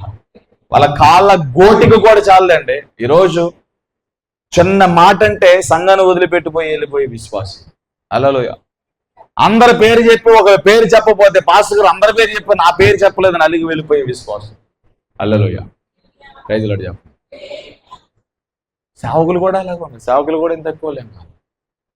ఏదన్నా సేవకుల మీటింగ్కి వెళ్ళా ఉంటే ఏదన్నా తక్కువైతే అడ్జస్ట్ అవ్వరండి సేవకులు, అస్సలు అవరండి. విశ్వాసుల కంటే చాలా దారుణమైన పరిస్థితుల్లో దైవజనులు ఉన్నారండి. కూర్చో లేకపోతే అయ్యగారు కూర్చోరు, ముందుకు పిలవపోతే అంతమందిని పిలిచి నన్ను పిలవలేదని చెప్పి ఈయన వచ్చిన తర్వాత మరలు ఎప్పుడు చర్చి గుమ్మ తోకరు. దేవుని మనసు ఎక్కడుంది సేవకుల్లో? దేవుని మనసు ఎక్కడుంది సంఘంలో? దేవుడు ఎంత షాప్ పడతాడండి. హల్లెలూయా. స్టేజ్ మీదకి రాకపోతే ఆ దైవజనుడు నొప్పి, కూర్చోయకపోతే నొప్పి, అందరికి ఒక పల్లెలో పెట్టి పల్లెలు అయిపోయినాయండి ఇస్తరాకులో పెట్టామంటే ఆడు పల్లెలో పెట్టు, నాకు ఇస్తరాకులో పెట్టు, కూర అయిపోయిందండి అడుగు ముక్కలేసావు, నాకు పులిసేసావు. హల్లెలూయా. ఎంత ఎంత ఉందో తెలుసా సంఘాల్లో, దైవజనుల దగ్గర, విశ్వాసుల దగ్గర దేవుడు ఎంత క్షోభ పడతాడు. నిజంగా 1 కొరింథీ పత్రిక 13వ ప్రేమ ఓర్చుకుంటూ ఉంది, సహిస్తూ ఉంది, దమ్మంగా ప్రవర్తించలేదు. హల్లెలూయా. ఎంతమంది సేవకులు ఓర్చుకుంటుందో ఆయన ప్రేమ, ఎంతమంది విశ్వాసం దేవుడు ఓర్చుకుంటున్నాడు. ఇంకా విజ్ఞాపన చేస్తున్నాడు మన ప్రధాన యాజకుడిగా, లెక్క చూస్తే త్రాసులోనికి తీసుకుంటే మన డొక్కలు పగిలిపోతాయని దేవునికి తెలుసు, నేరుగా నరకంలో పడిపోతామని తెలుసు. అక్కడ ఆ ట్రబుల్, ఆ బాధ వర్ణాతీతమైంది, ఆ క్షోభ మనం పడలేమని మరి సెటరేట్ అవురా అని చెప్పి దేవుడు ఇంకా మనకు అవకాశం ఇస్తూ ఉంది. బ్రతుకు మార్చుకో, మనసు మార్చుకో, ఇంకా నేర్చుకో, నా మీద ఆధారపడని దేవుడు మనకి సంవత్సరాలు కొద్ది సంవత్సరాలు, రోజుల కొద్ది రోజులు మనకి ఇస్తుంటే మనము డబ్బు సంపాదనకి, పేరు ప్రఖ్యాతుల సంపాదనకి, ఆస్తిపాస్తులు సంపాదించుకోవడానికి వెళ్తా తీసుకెళ్తావా? సంపాదించుకోవడం తప్పు అని నేను అన్ను. దేవుడు ఇచ్చే శక్తి కొలది సంపాదించుకో, మంచిగా ఉండు. రూపాయి సంపాదించుకోవాలి, పిల్లలతో ఫ్యామిలీతో చాలా జాగ్రత్తగా అన్ని విషయాలు వర్ధిల్లాలి. ఇది దేవుని చిత్తమే. హల్లెలూయా. అంటే అదే కాదు, నేను ఎందుకంటానంటే దేవుని పనిని విడిచిపెట్టి, దేవుని పరిచయను విడిచిపెట్టి, దేవుని సేవను విడిచిపెట్టి ఇంకా ఎంతసేపు ఈ సంపాదన ఇది అది అది అది ఇది నాది అది నాదని చెప్పి అనుకునే వాళ్ళ గురించి చెప్తున్నా నేను. హల్లెలూయా. సంపాదించుకోవటము, న్యాయంగా సంపాదించుకోవటం, చక్కగా కుటుంబం అంతా కలిసి అన్ని విషయాలు వర్ధిల్లటం దేవుని చిత్తం, అది దేవుని ఇచ్చిన నియమం అది. కానీ నువ్వు ఈ లోకంలో వర్ధిల్లుతూ దేవుని పనులు, దేవుని సేవలు, దేవుని ఆలోచనలు కూడా వర్ధిల్లాలి. ఇది దేవుడు నిన్ను కోరుకుంటున్నాను. ఎంతసేపు ఆస్తులు సంపాదించాలి, పేరు ప్రఖ్యాతులు సంపాదించాలి, వడ్డీలకి తిప్పాలి. ఈ రూపాయి 2 రూపాయలు చేశారు, 2 రూపాయలు 5 రూపాయలు చేశారు, 5 రూపాయలు 10 రూపాయలు చేశారు. ఒకడు ఉన్నాడు, నా ప్రాణమా తిను తాగు సుఖి జీవితకాలం అంతటికి. హల్లెలూయా. జీవితకాలం అంతటికి నీకు కావాల్సినంతా కూడా సమకూర్చాను, తిను త్రాగు సుఖించి సంతోషించు. తన ప్రాణంతో తను చెప్పుకుంటే దేవుడు చూసి వెర్రివాడా పిచ్చివాడు, ఈ రాత్రి నీ ప్రాణాన్ని తీసుకుంటున్నాను. నీ సంపాదన ఎవరి దగును? నీ కొట్టలో ఉన్న ధాన్యం ఎవరి దగును? హల్లెలూయా. ఈ లోకంలో సమకూర్చుకోవాలి. ఈ లోకంలో మీరు ఎంత సమకూర్చుకుని, ఎంత సంపాదించుకుని అవన్నీ కూడా చిమ్మట కొడుతుంది. హల్లెలూయా. తుప్పు పడుతుంది, దొంగల చేత దోచేయబడుతుంది. పరలోకంలో మీరు సంపాదించుకుని వేసి చెప్పాడు. హల్లెలూయా. ఈ మాట ఇక్కడున్న వాళ్ళకు కూడా చాలా మంది నచ్చదు. ఇదే ఒక ధనవంతుడికి నచ్చల. ధనవంతుడు చేసేయా, నేను వెంబడిస్తాను, పరలోక రాజ్యంలోనికి నేను రావాలి, ఆ పరలోక రాజ్యం రావాలంటే ఏం చేయాలంటే ముందు నన్ను వెంబడించే ముందు ఒక నిమిషం ఆగని చెప్పి యేసయ్య ధనవంతుడు చెప్పాడు. మోషే ధర్మశాస్త్ర ప్రకారం బతుకుతున్నావా, ఆయన ఇచ్చిన ఆజ్ఞలు పాటిస్తున్నావు అంటే నా చిన్ననాటి నుండి వాటన్నిటిని చేస్తాను. హల్లెలూయా. అయితే నువ్వు నన్ను వెంబడిస్తానన్నావు కదా, నువ్వు నన్ను వెంబడించాలంటే హల్లెలూయా నీకున్న ఆస్తిని పేదలకు ఇచ్చి ఒట్టి చేతులతో కట్టుబాటులతో నన్ను వెంబడించమన్నాడు. హల్లెలూయా. యేసయ్యని వెంబడించడం అంటే అన్ని శంకరేసేసుకుని, అన్ని దిగేసేసుకుని, ఇటు సినిమాల్లో పాపులర్ అయిపోయి, ఇటు లోకస్తుల్లో పాపులర్ అయిపోయి, ఇటు ఆచారాల్లో పాపులర్ అయిపోయి, ఇటు వేరే వాటిలో పాపులర్ అయిపోయి మిడిల్లోకి వచ్చేసి నేను క్రైస్తవునని చెప్తే దేవుడు ఉమ్మేస్తారు రేపొద్దున. చలామణి అవ్వచ్చు లోకంలో, ఎవరైనా మోసం చేసేసుకోవచ్చు ఈ లోకంలో. నేను మిమ్మల్ని మోసం చేయొచ్చు, మీరు నన్ను మోసం చేయొచ్చు, ఎవరినైనా మోసం చేసేసుకోవచ్చు.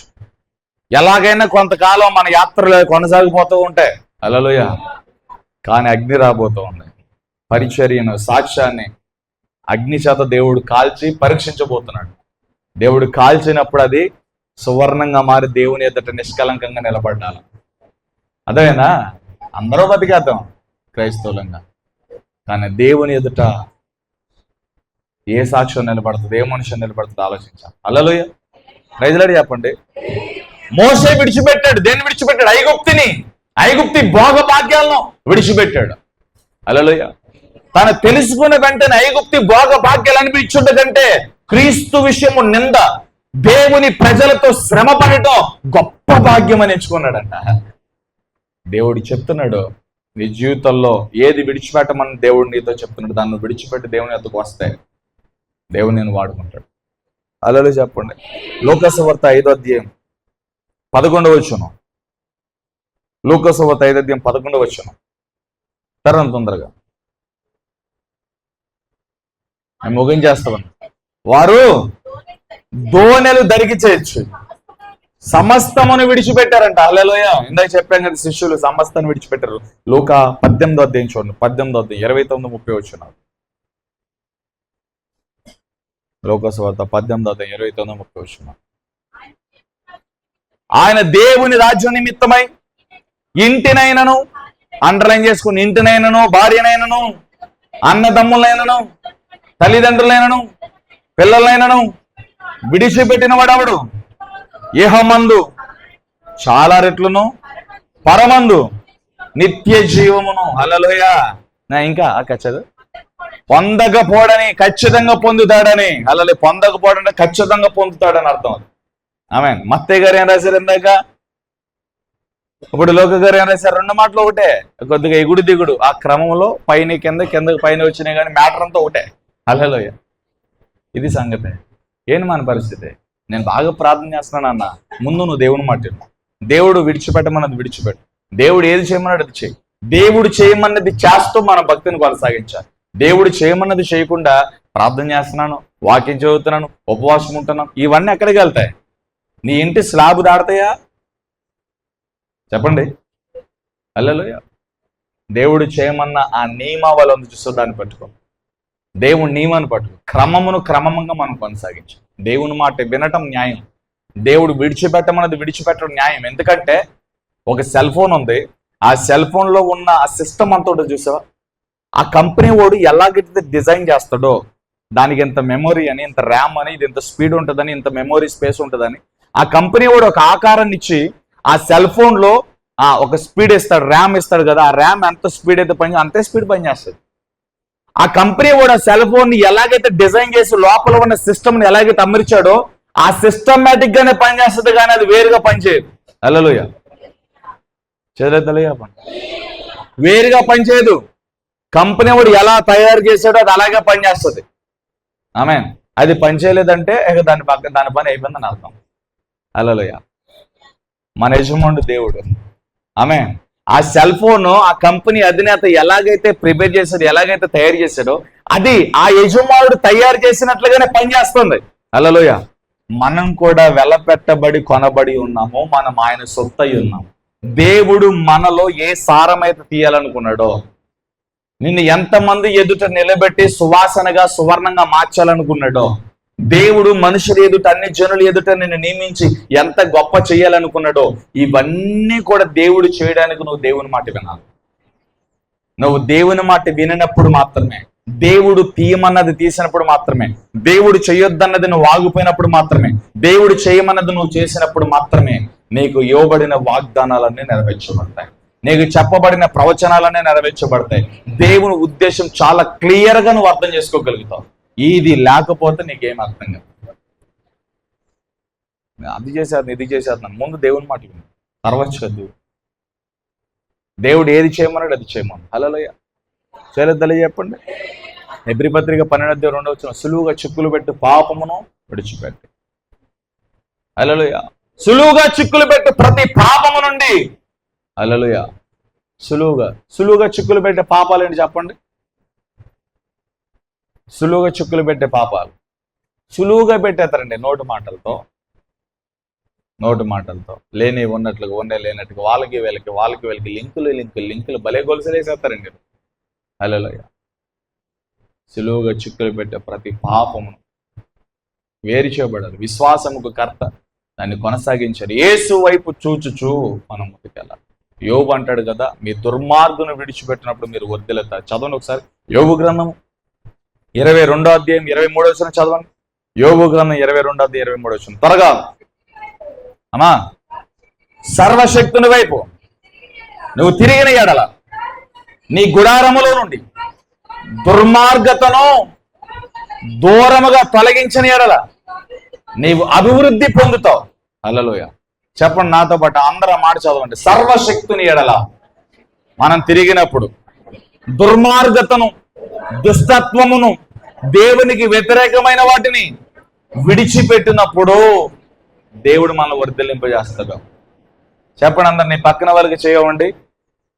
యేసు వైపు తిరిగిన ఎడల చెప్పండి. యేసు వైపు తిరిగిన ఎడల నీ స్వబుద్ధిని ఆధారం చేసుకోనక, నీ సొంత జ్ఞానమును ఆధారం చేసుకోనక దేవుడు చెప్పినట్లుగా చేస్తే, దేవుడు విడిచిపెట్టమనేది విడిచిపెడితే నువ్వు అన్ని విషయాలు వర్ధిల్లుతావు.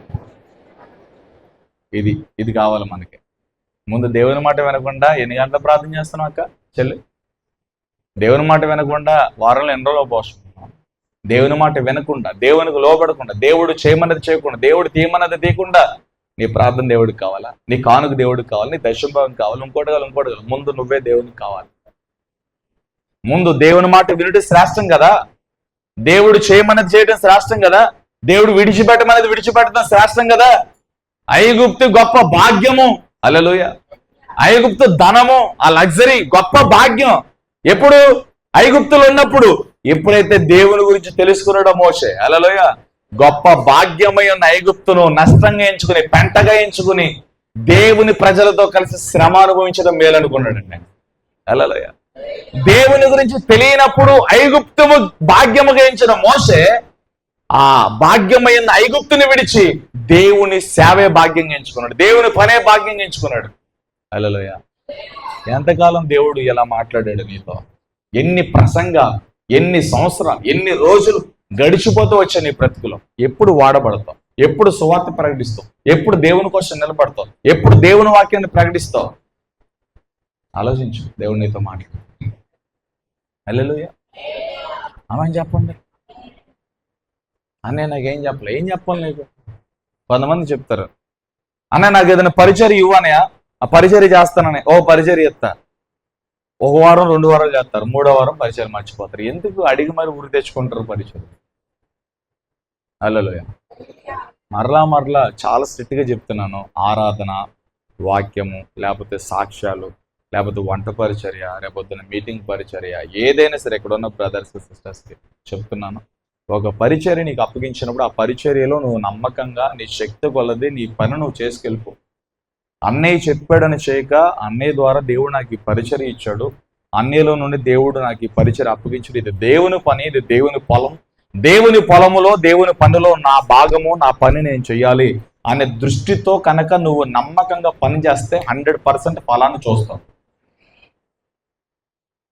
నువ్వు అలా చేయకుండా, ఆ మనసుతో చేయకుండా, ఏదో రావాలి కాబట్టి అప్పగించారు కాబట్టి చేయాలనుకుంటే దయచేసి అసలు నువ్వు పని చేయకపోతాం మేలు, ఆ పరిచర్యలకు రాకపోతాం మేలు. ఎందుకంటే ఏ మేలు ఉండదు. మేలు ఉండకపోగా దాన్ని అశ్రద్ధగా చేస్తే, నిర్లక్ష్యంగా చేస్తే ఇంకా శాపాన్ని తెచ్చుకుంటాం. అది పొలం అమ్మకుండా ఉంటేనే మేలు.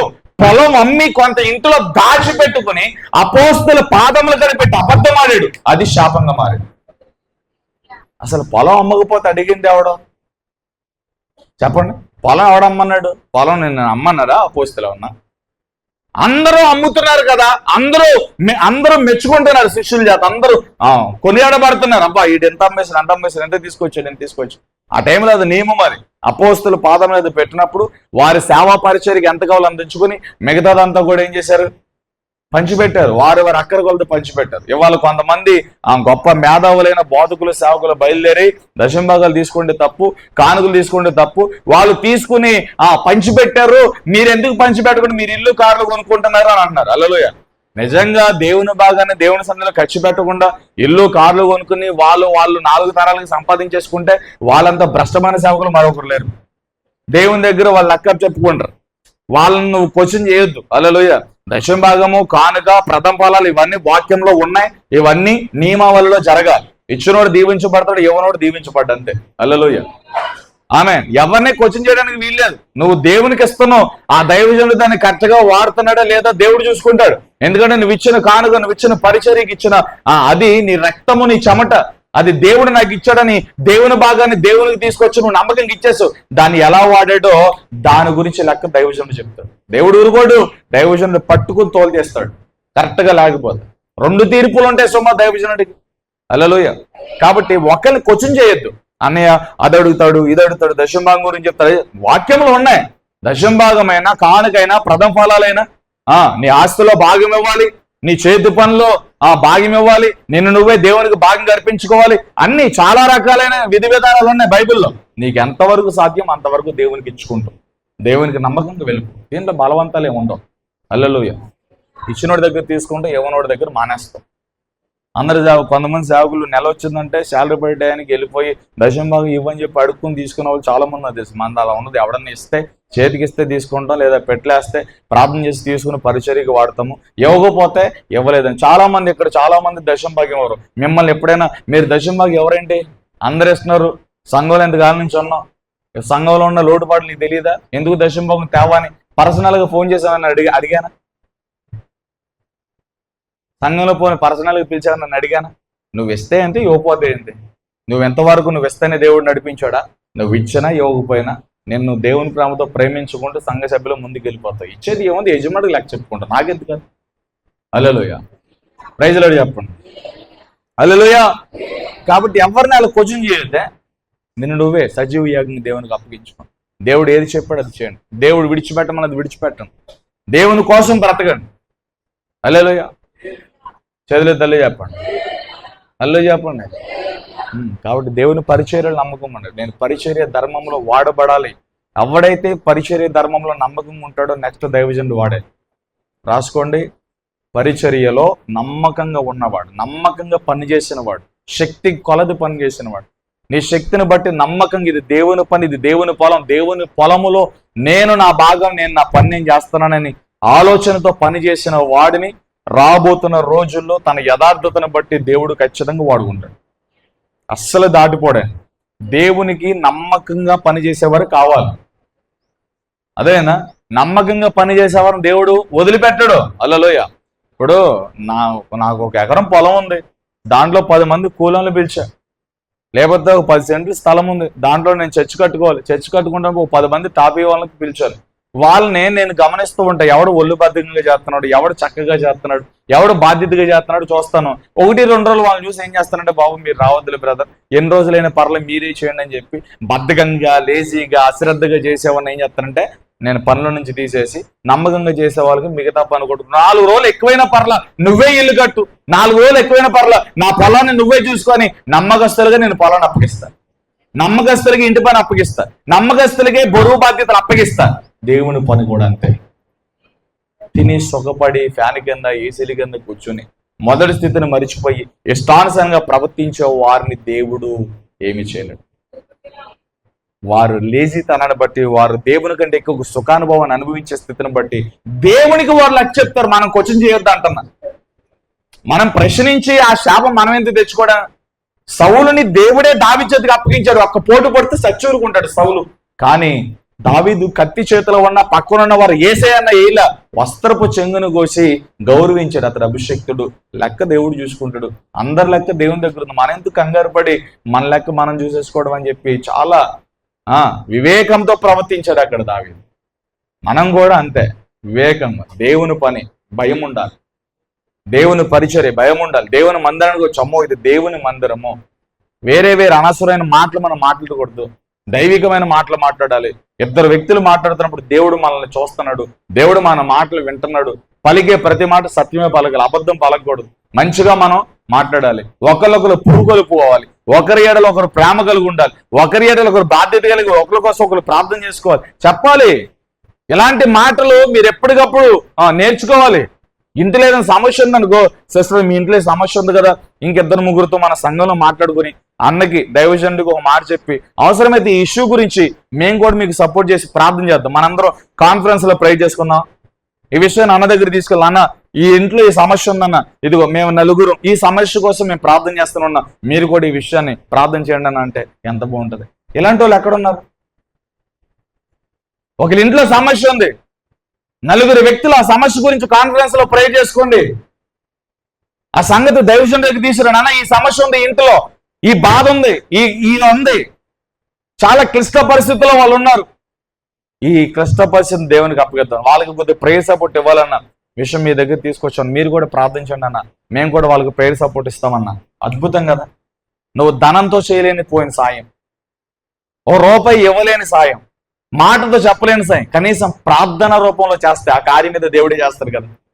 వాళ్ళకు కూడా కుదంతా ధైర్యం కలుగుతుంది. అయ్యే పోన్లే, వాళ్ళ పరిస్థితి అందని మాత్రం వాళ్ళు నాకు ఒక రూపాయితో సహాయం చేయకపోయినా నా కోసం ఒక గంట అర్ధ గంట కన్నీరుగా వచ్చి ప్రార్థన చేస్తున్నారు, నా కోసం నలుగురు ఉన్నారు అని చెప్పే ధైర్యం ఆటోమేటిక్ వాళ్ళకు కూడా కలుగుతుంది. ఈ చేయకుండా పనికిమాలిన సోది మాటలు, చీరల గురించి, బట్టల గురించి, వాటి గురించి, వేటి గురించి, ఇలాంటి పనికిరాని డిస్కషన్స్ చర్చిలో కానీ వచ్చిందా గెట్అవుట్ అయిసే అంట, అంతే. అది అదేనా? హల్లెలూయా. పనికిరాని డిస్కషన్ కాదు, ఒకరొకరు ఉరుకొలుపుకోండి, ఒకరి బాధలు ఒకరు షేర్ చేసుకోండి. ప్రార్థన, ప్రతి దానికి ప్రార్థన సొల్యూషన్ అయి ఉంది. హల్లెలూయా. చేయండి. కుటుంబంలో బాధలన్నీ మరీ వ్యక్తిగతంగా పర్సనల్గా ఎవరు చెప్పుకోలేరు. ఏవి చెప్పుకోగలమో, ఏవి షేర్ చేసుకోగలగో అవి షేర్ చేసుకుని వాటి కోసం ప్రార్థన చేసుకోండి. ఈ ప్రేమ, ఈ సఖ్యత, ఈ ఐక్యత సంఘములో నాటబడినప్పుడు వర్ధిల్లుటకు మొదటి పునాది అదే. సంఘము వర్ధిల్లుటకు, నూతన ఆత్మలు నడిపించబడ్డానికి మొదటి పునాది అదే. హల్లెలూయా. Praise Lord. మనం ఏం చేస్తాం తెలుసా? సంఘంలోనికి కొత్త ఆత్మలు రాపోతే పాస్టర్ గారిదే లోపం. హల్లెలూయా. పాస్టర్ గారిదే లోపం పాస్టర్ గారిది, పాస్టర్ గారిది కాదు. వాళ్ళు ఎంత చెప్తున్నా ఆ మాటలు వినకుండా, ఆ మాటకు లోబడకుండా, వాటి ప్రకారం జీవించకుండా బ్రతికితే ఎవరిది లోపం అవుతుంది చెప్పండి? హల్లెలూయా. ఎవరిది లోపం అవుతుంది? హల్లెలూయా. చెల్లుద్దలే చెప్పండి. ఎలా ఉంటుందంటే, ఒక మాటలో చెప్పాలంటే, దేవుడు ప్రతిదానికి ఒక సమయం ఇస్తాడు. ఆ సమయం ఇచ్చిన తర్వాత దేవుడు గట్టిగా పట్టుకుని ఒకటి వేస్తాడు అనమాట. ఆ సమయం ఎందుకు ఇచ్చాడంటే, ఇశ్రాయేలు ప్రజలందరూ కూడా వినాలి. ఈ మాట వినేస్తే నేను ముగించేస్తాను. ఇశ్రాయేలు ప్రజలందరూ దేవుని కార్యాలు ఐగుప్తులో కల్లారా చూశారు. వినాలి. దేవుని కార్యాలు మోషే పలిగినట్లుగా జరుగుతూ వచ్చాయి, కళ్ళతో చూశారు. ఎర్ర సముద్రం కాడికి వచ్చేసరికి వాళ్ళ విశ్వాసం ఎంత గుడ్డితనంగా మారిపోయిందో తెలుసా? అన్ని కార్యాలు దేవుడు జరిగించి సంహార దూతను కూడా పంపించి తన ప్రజలను నడిపించడం కొరకు ఐగుప్తుల సంహార దూతను కూడా, ఆ సంహార దూత చేతిలో ఇశ్రాయేలు ప్రజలు చావకుండా పస్కాని అక్కడ ఆచరించమని చెప్పి, ఏమండి అంత గొప్ప నియమావళిని పెట్టి సంహార దూత నుండి కూడా దేవుడు తన ప్రజలను చేతితో పట్టుకుని ఎర్ర సముద్రం గడికి తీసుకొచ్చి, ఎర్ర సముద్రం గడ వీళ్ళ ఆలోచనలు ఎలా ఉంటాయో, వీళ్ళ విశ్వాసం ఎలా ఉంటుందో పరీక్షిద్దాం అని చెప్పి ఫరోను ప్రేరేపించాడు మరలా. అప్పుడు దాకా అరే బాబు మీరు వెళ్ళిపోండి మీకు దన్నం అన్న ఫరోకి మరలా హృదయం కఠినపరచబడి దొరికినట్టుగా వేసేయాలని అతి శ్రేష్టమైన 600 రథములు వేసుకుని బయలుదేరాడు. ఎవరు లేపాడు మరలా ఫరోని? దేవుడే లేపాడు. ఫరో హృదయాన్ని మరలా దేవుడే కఠినపరిచి మరలా ఫరోని దేవుడే లేపాడు. హల్లెలూయా. ఎర్ర సముద్రం ఎదురుంది, దారి లేదు, వెనక ఫరో వస్తున్నాడు. ఇప్పుడు వాళ్ళ విశ్వాసం అంతా ఇక్కడ పరీక్షించబడుతుంది. హల్లెలూయా. చాలా మంది ఇక్కడ ఎలా ఉంటారంటే, వాక్యం చెప్పాడు ప్రభు ఈ వాక్యం మాకు తెలిసి మీ జ్ఞానం అనుకుంటారు. అటువంటి అజ్ఞాని అని అర్థం, వాడికి వాక్యముల గురించి లోటే లేదని అర్థం. హల్లెలూయా. Praise Lord. చాలా జాగ్రత్తగా వినాలి. ఎర్ర సముద్రం ఎందుకు అడ్డొచ్చింది? వెనక ఫరోని ఎందుకు లేపాడంటే, ఇప్పుడు వీళ్ళు వాగ్దాన భూములకు వెళ్ళాలంటే అక్కడి నుంచి వచ్చిన వాళ్ళు వీళ్ళు శుద్ధీకరించబడాలి.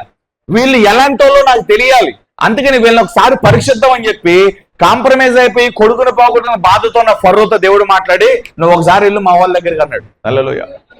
600 రథాలు వేసుకొని ఉక్రోషమైన కోపంతో దేవుని ప్రజల మీదకి దండెత్తి వచ్చాడు ఫర్రో. హల్లెలూయా. ఎర్ర సముద్రం పెట్టి ఫర్రో వచ్చేదాకా ఆపాడు ఎర్ర సముద్రం. దేవుడు అందరిని తొంగి చూస్తే ఒక్కొక్కడు బండారం బయటపడిపోయింది. మోషేని ఏకి పారేశారు, తిట్టి పాడేశారు, గొనిగి సనిగి సమాధి దొడ్డులు లేవని ఇక్కడ తీసుకొచ్చావా అని చెప్పి ఏగి పారేశారు. హల్లెలూయా. ఓకే, గొప్ప విషయం చెప్పనా, ఆ కారణం చేతే ఇశ్రాయేలు ప్రజలు ఇంచుమించు 20 లక్షల కాలు బలమైన ప్రజలు 40 సంవత్సరాలు తిరిగిన కాడే తిరిగారు. బతికొన్నారు, చచ్చిపోయారు. హల్లెలూయా. దేవుని మాట వింటే, ఆ విశ్వాసం దేవుని ఎదుట కృతజ్ఞతాపూర్వకంగా ఉంటే దేవుడు ఏదైనా చేయగలడు అనే విశ్వాసము గనుక ఇశ్రాయేలు ప్రజలు కలిగి ఉంటే, ఎర్ర సముద్రం కాడ వీళ్ళు నమ్మకస్తులుగా తీర్చబడితే వారిలో ఏ ఒక్కరూ చచ్చిపోయేవాళ్ళుగా. వాళ్ళు 40 సంవత్సరాలు తిరిగిన ప్రాంతంలోనే తిరిగేవాళ్ళు కాదు, అన్ని యుద్ధాలు ఉండే కాదు, అంతమంది శత్రువులు వచ్చేవాళ్ళు కాదు, అన్ని ప్రతికూలతలు వచ్చే కాదు. ఎన్ని యుద్ధాలండి వీళ్ళ 40 సంవత్సరాల యాత్రలో, ఎన్ని యుద్ధాలు,